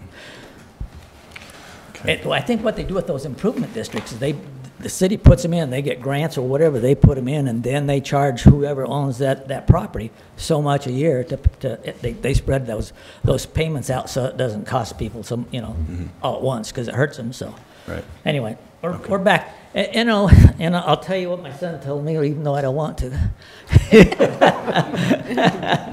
He said we wouldn't mind actually doing the sidewalks along Calvary Way right there, just in case that ever goes through. But the rest of this, I just don't know where it's going to go. Okay. Okay, so thank you. That gives you an out. So, because once you get to the dialysis place, and I'm not sorry, Mr. Backus, it's not you. Once you get to, there's a church, daycare, and then the dialysis place, and then I'm just going to say Pond Palace, although there's a lot more in there. We have sidewalks. I believe once you get to the dialysis, I don't think the church has sidewalks. I don't think the church does either. I think it's the dialysis place, and then towards Pond Palace, and then of course when you get to 89A. Okay. We have one gentleman in the audience tonight that'd like to speak. Vice Chair of the Planning and Zoning Commission, Judd Wasden, is here. If there are any other folks in the audience tonight that would like to speak, please fill out the yellow form. Thank you for being here. Good evening, Mr. Mayor, council members. We had the same discussion in September 2017 when Mr. Backus presented to Planning and Zoning about this project. We did approve the buildings, and our rationale, and most of you know if you've attended our lively, energetic, and entertaining Planning and Zoning meetings, we are very conscientious and dedicated to not only aesthetics but streetscapes, and we are advocates of sidewalks. But as you heard tonight, our rationale, we had a lengthy discussion on this, and we had consensus among the commissioners that we didn't require the sidewalks. That wasn't part of anything that we stipulated. And it's because of what Mr. Backus has talked about. The proceeding as you go along AIRPARK Road, it's crushed granite that comes down, and there was the discussion to maintain that, and that was sufficient for us and in keeping with what he's done in the development along that road. We did also down the street approve the dialysis buildings, and we did put sidewalks in that. And the hope is there isn't anything further down in front of the daycare or anything. There is no sidewalks on those buildings. But as that develops, I think that makes sense. But from a planning and zoning position and what was presented and what you've heard tonight, that didn't make sense to us. And like I said, we are advocates of this.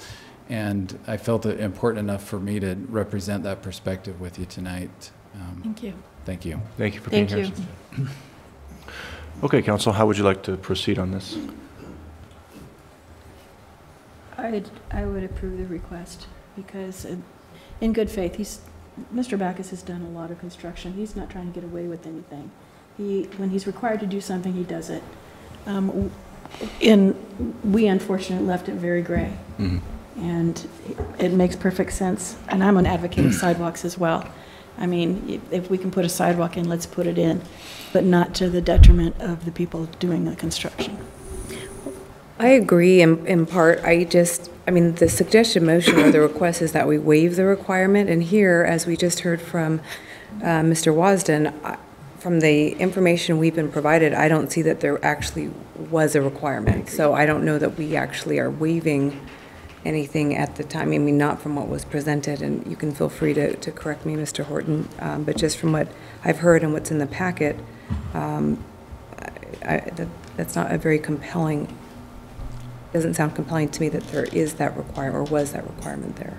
It's arguable. So if you move to waive it tonight, then you're resolving any question about it. Well, but I also don't want to appear as though we're just in the, we messed up, so we're fixing things because it wasn't well documented in the past. I mean, I think there is a good solid argument that this was the requirement at the time and place. We didn't finish we didn't complete the requirement, and so I think enforceability at this time might be questionable. Mayor, Council, I think the key here is the change in 2005 where all subdivisions were required to put in sidewalks. It appears that that wasn't a requirement of this subdivision at the time. And that's the conflict for staff, is we have this ordinance that says every subdivision will put in sidewalks, yet obviously there was a history here where it wasn't required. Mm-hmm. So I didn't feel it was appropriate for staff to administratively make this decision, knowing how important sidewalks have been to the city council. Sure. Anyone else? I do. Oh, go ahead. No. Well, I mean, I love sidewalks, and over there it would be an aesthetic thing. I drive that road constantly, and I don't see anybody, not even you, walking out there. There's I'll make sure I let you know next time I'm walking. Yeah, I mean, I'm on there constantly. I've never seen pedestrian traffic, and the question I have is, now you did mention that there's a compromise that maybe we have them bench those areas in case we come back later, and it'd be a lot easier and cheaper to put the sidewalks in. And I think if Mr. Backus was willing to do that, and something I like that idea. Can I add to that? I'm always obviously the one up here pushing for sidewalks, and I'm willing to back off. But I do like the son's, and I'm sorry I don't know your name, Craig, idea of at least doing the little bit on Calvary Way, because it will eventually tie to the dialysis center where we do have sidewalks, and then we would have once we get that middle part done, a full sidewalk on that one side. So I like that proposed alternative, and I don't know how we would word that. And he offered it. And he offered it. Mm-hmm. I think it's you're going to be in trouble tonight, Craig. Mr. Backus. Mr. Mayor, Council, thank you for the opportunity to speak. My name is Craig Backus.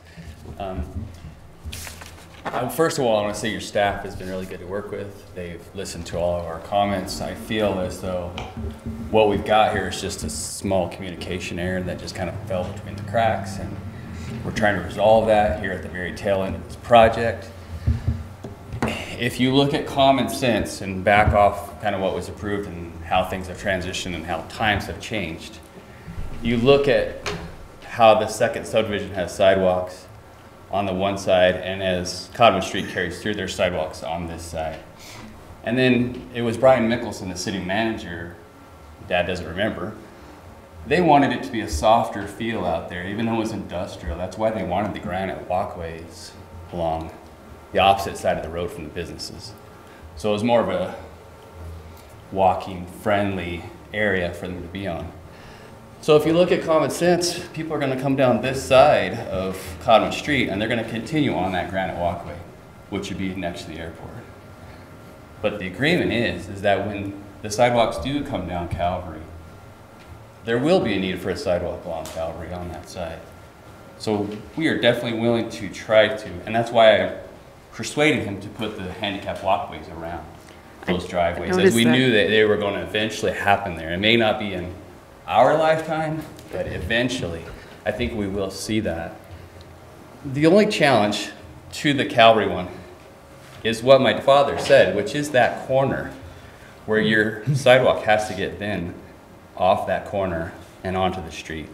And that's an expensive challenge because you're cutting curbs and bringing back ramps and creating, so that's a challenging spot and an expensive corner too.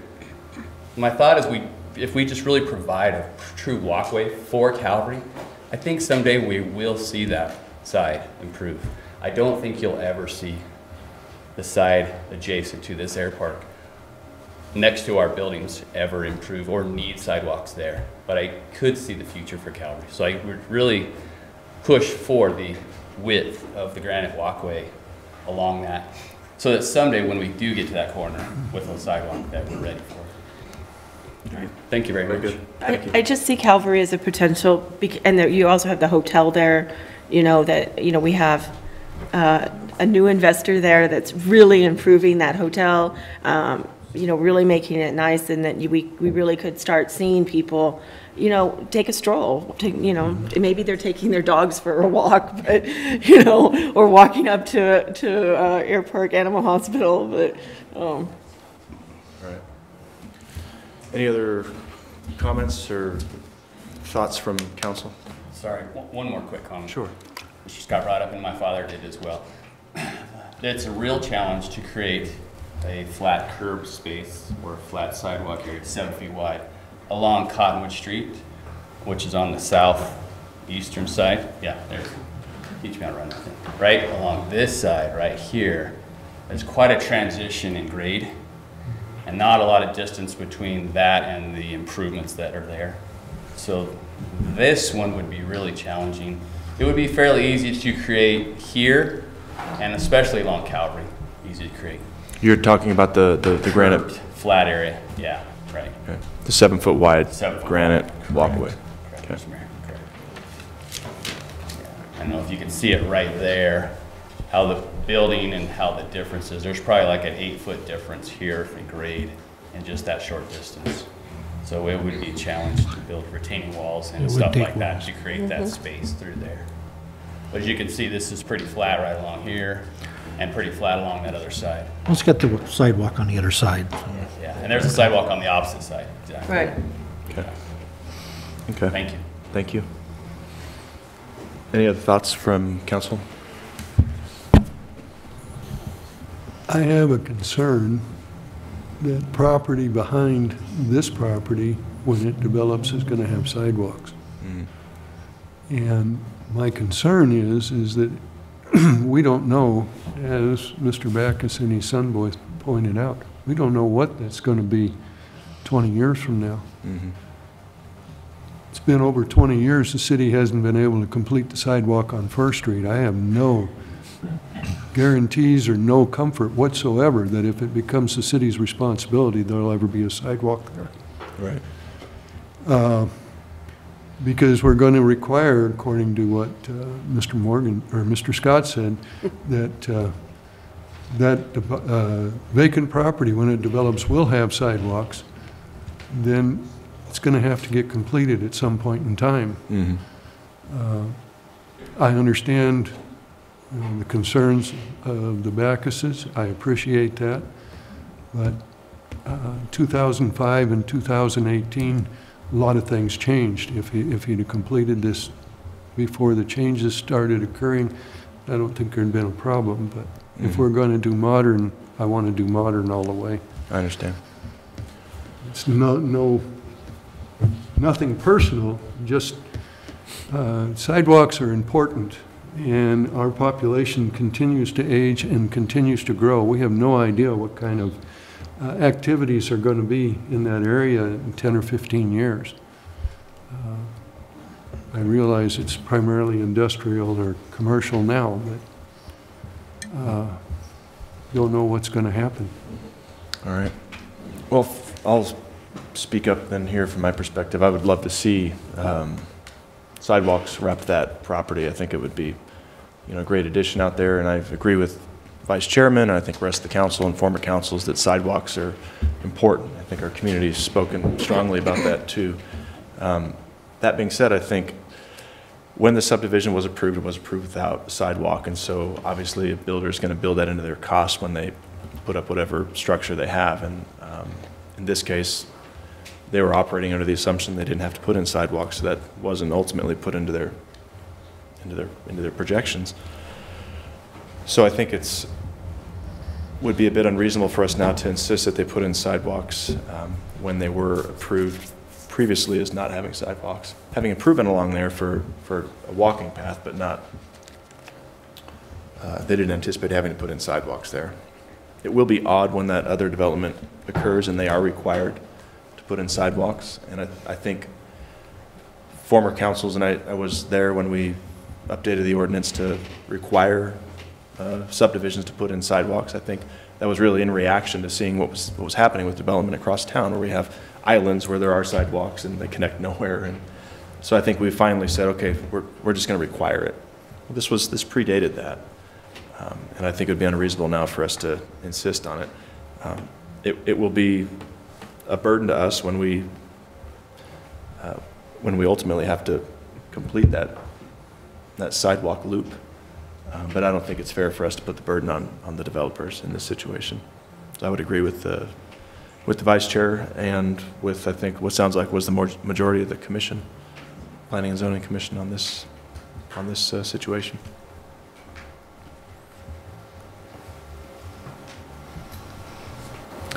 So I think, I don't know how we want to move forward. If someone wants to make a motion or try to clarify this in some way. Did we want to clarify the motion that was written or go with the motion that's written? Well, I think we have a few things we need to clarify here. One is whether or not we are going to ask for them to put in sidewalks. And then secondly is what improvement we will require along there. And I'm not sure what originally was approved, but it sounds like they're willing to at least improve that section along AIRPARK with the granite walking path and loop that around Calvary. But I think they're having an issue with improving a 7-foot wide walkway along Cottonwood Street.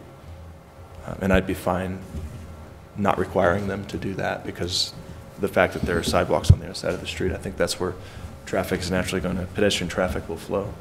If I could take a stab at a motion. Okay. That'd be excellent. So I move to approve the request to waive any requirement to install sidewalk as per the ordinance number 144 for the 2 out of the 3 portions of the roadway. The sidewalk would still be required on Calvary, and the 7-foot granite walking path would still be required along AIRPARK, but the 7-foot granite walking path would be waived along Cottonwood Street. Second. Okay, so we have a motion by Councilmember Henry and a second by the Vice Mayor. And Mr. Scott standing up, making me very uncomfortable. I'm so sorry. Just to one more clarify that. I'm thinking Craig and Bob are thinking the same thing. And just to clarify, the granite walkway will wrap around the corner at AIRPARK and Calvary, so they won't have to cut the curb and do a handicap ramp. I just wanted to clarify that, because I know that's probably the first question I want to be asked when we walk out the door. So I'm sorry. That was my understanding from what was discussed earlier. Perfect. Thank you. Okay. But there'll be a sidewalk from the corner to where that awesome driveway is that you built. I love that. Right, to where the rocks slope, to the hill slopes. I'm obviously around that area often. I know this area very well, and slopes down. Okay. Okay. So with that further clarification, I would ask for a roll call vote. Councilmember Althouse? Because of Calvary Way, you're going to get a yes from me. Councilmember Henry? Yes. Councilmember Hulse? Yes. Councilmember Howdigy? Yes. Councilmember Matthews? Yes. Vice Mayor Allen? Yes. Mayor Alinsky? Yes. Okay. Mr. Mayor, I feel like I need clarification now. Okay. Because initially I thought it was a granite path on Calvary, and did I hear a sidewalk? Or you're okay with that? It's a sidewalk on Calvary. But not the whole, not to the corner. Is that what you stated in your, okay. Sidewalk without the handicap corner, I think. Okay. Thank you. All right, we're all straight? We're all straight. Okay, good deal. Thank you. And I never would have thought that would have been 7-0 at the beginning of this conversation. Compromise. So good job, Craig, bringing us to consensus. Okay, then up next is ordinance number 654, amending the city's zoning ordinance to prohibit flag banners. This is the first reading. Oh, Lord. Thank you again, Mr. Mayor, Council. Ordinance 654, amendment to section 405, sign requirements regarding flag banners. I don't know if you've noticed driving through town, there seems to be an influx lately of flag banners throughout Main Street, Mingus, everywhere in between. We have received numerous complaints about it, and our current zoning ordinance identifies a banner, prohibits banners as a permanent sign. However, there's been questions on if that includes a flag banner, which are the ones that go up on the pole and hang off, blow in the wind. So we're looking to clarify that, specifically state flag banners as part of the banner definition, include just a couple words to identify that, and also put them in within section 405B3 to define it, in E5 to add it to prohibited signs. There's been no comments, questions, concerns from anybody in the public. It was presented to Planning and Zoning Commission in November, and they unanimously recommended approval to you. So, any questions, concerns, comments? Questions from council to staff at this point? Have there been any objections from businesses on this proposal? Not that we've received, no. All right. We do have folks in the audience tonight, I'm sure one of whom would like to speak to council. If we could, would you, Ms. Kelly, would you?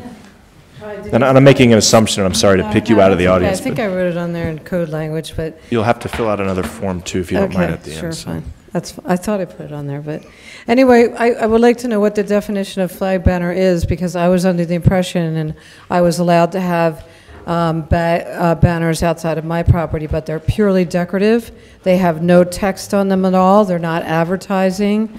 Again, they're a decorative part of the property, and they just show us off a little bit. They match the walls of the outside of Three Kings, et cetera. So are we saying that any kind of a flag that goes up, whether it's decorative or not, and does not have text or advertising on it, is included in that? Because again, I was allowed to have that, and I pay quite a bit for those decorative flag banners, and they're not the other kind, the flag ones. So they're really tall. Teardrop kind of. Yeah, with a little star at the top. So I'm sure if you've driven by, you've seen them. They're pretty tall, but they don't flutter a whole lot, and they don't have any advertising or signage on them.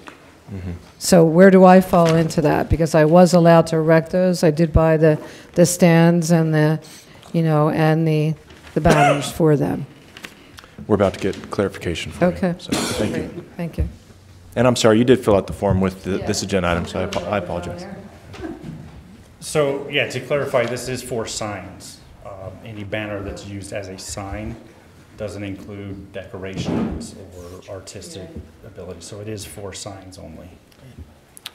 Okay, I guess I don't see that specifically. But the banner definition is within section 405 specifically under the sign. It does say banner is, and then following says a sign which is constructed of cloth, canvas, other types of natural or synthetic material, continues on. Okay. Address what it would be. So it is specific to signs. I understand. Thanks for the clarification. Okay, and another gentleman here, Mr. Wasden, frequent flyer.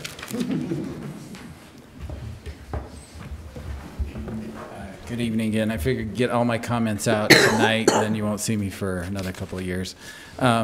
This is something, and Scott knows this, that we have talked ad nauseum about with planning and zoning. I mentioned we are conscientious and dedicated about the aesthetics of our community, and I hope you see that in some of the projects that come through, that we try and refine and make these improvements. And one of the things we talk about is signage a lot, and I think there is consensus that there is a proliferation of these signs and not well-maintained signs, and it is a distraction from what we're trying to do in the city with the upgrades. And so since I saw that on here, I thought I'd stand up, because we literally, I think it's probably been over a year that we've been discussing this and hounding Scott. So I just want to stand in support of that. Thank you. Thank you very much. Okay. Any other questions from council? No?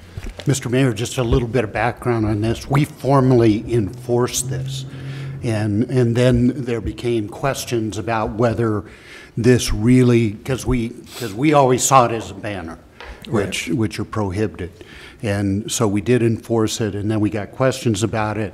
So that's the reason this is before you tonight, is just to clarify that issue. Okay. Thank you.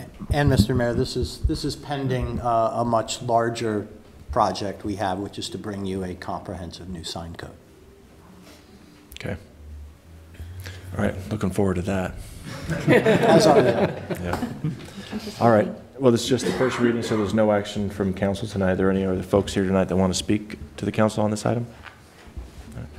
Then we'll see you again, I guess, in 2 weeks for this. Okay. Yes. Thank you. If we could please have the city clerk read ordinance number 645 by title only. Ordinance number 654, an ordinance of the mayor and city council of the city of Cottonwood, Yavapai County, Arizona, amending the city zoning ordinance by amending section 405 signs, by amending section B definitions, 3 banner and E regulations applicable to signs in all districts. Mr. Mayor. Thank you. Okay, item 5 of 7 is ordinance number 655, amending the city zoning ordinance by amending section 418 C1 zone light commercial by amending section D property development standards 5 minimum rear yard. First reading. Mr. Scott. You give me one more time, Mr. Mayor. Thank you. Ordinance number 655, amendment to section 418. This is regarding front and rear yard setbacks and landscape requirements within the entertainment district, entertainment, arts, and culture district that you passed last November. We found that there's a few of them, but there's enough properties that still need to be developed within this area that are smaller than the standard properties. They're smaller than what the ordinance requires today if that property were to be created.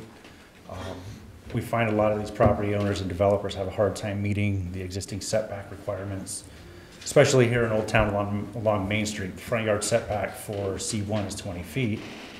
Most of these buildings are not 20 feet back from the property line. So if you have all these up front and now you put 120 feet back, it just kind of throws that whole look off. So we're looking to allow the community development director and or his or her designee to adjust that number as fitting to the property or the project. And be on a case-by-case basis. It's not just in Old Town, that's why we want to look at doing it in the historic, or in the entertainment district.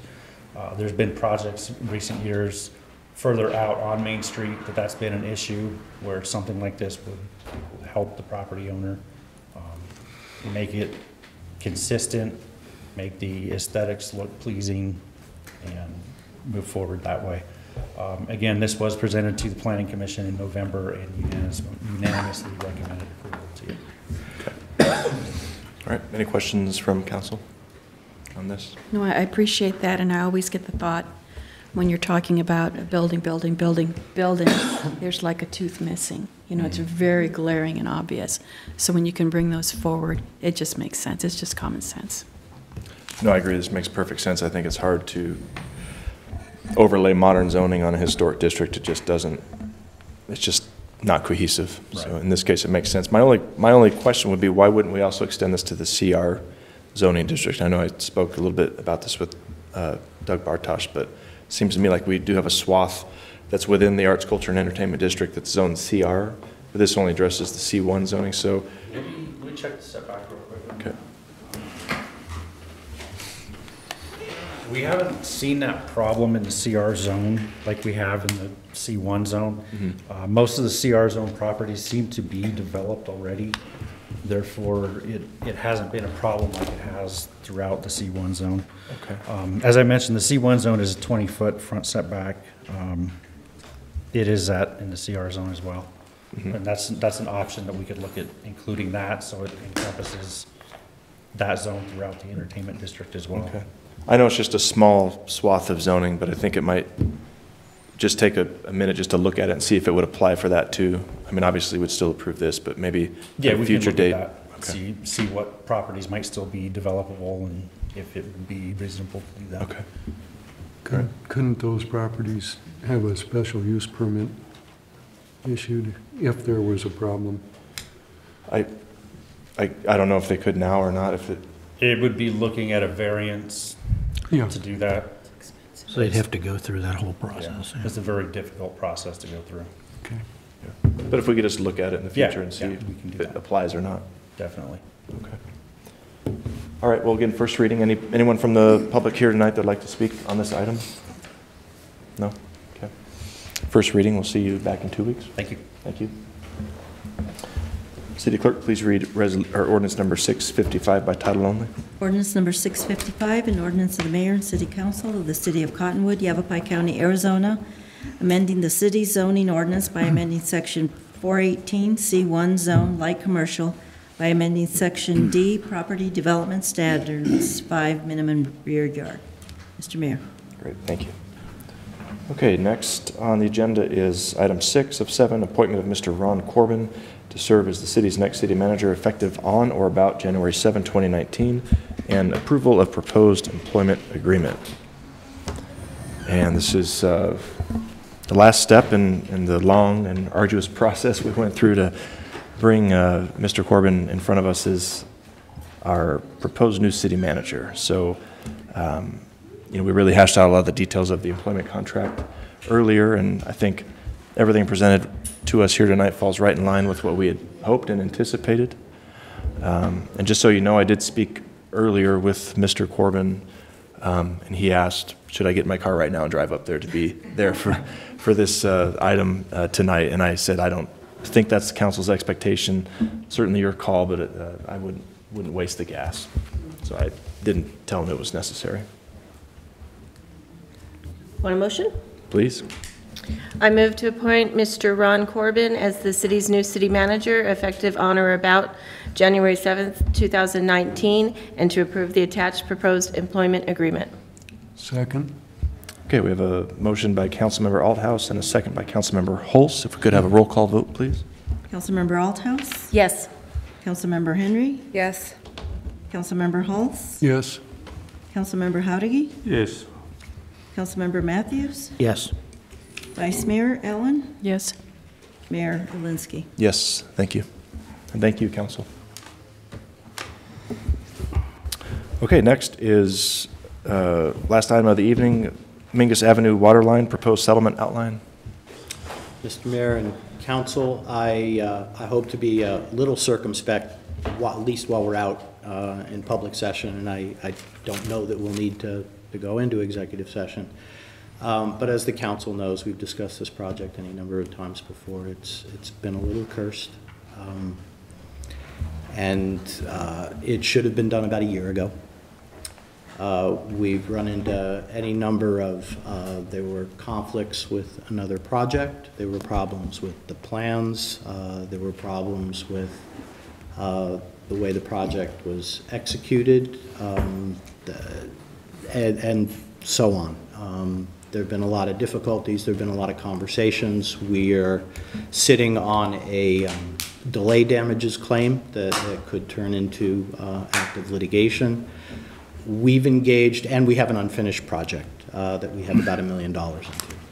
So we've engaged actively over a period of months with the contractor and reached a conceptual agreement to have the project finished. There are And Roger and Robert are here, and they can correct me or supplement when I'm done. But there's 3 items of work, and they're tie-ins. They're connections to the line that's already been placed. And 2 of them are such that staff, the city, can self-perform them. The one at Mingus in Maine is deeper and more complicated and something we don't have the resources and expertise to accomplish.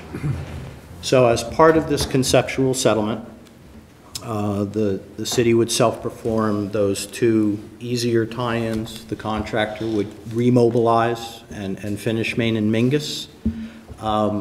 We would, at the conclusion of that, release money that we have retained under Arizona law.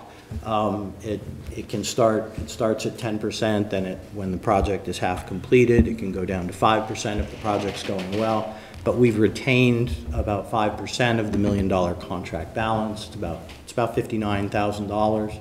We would release that as part of this settlement. We would pay the contractor what they had originally proposed to do the Maine and Mingus work for, plus some additional, because it is more complicated, because there is what they call a non-reflected, there's a sewer line in there that we have to go around that was not known to anybody when the project began.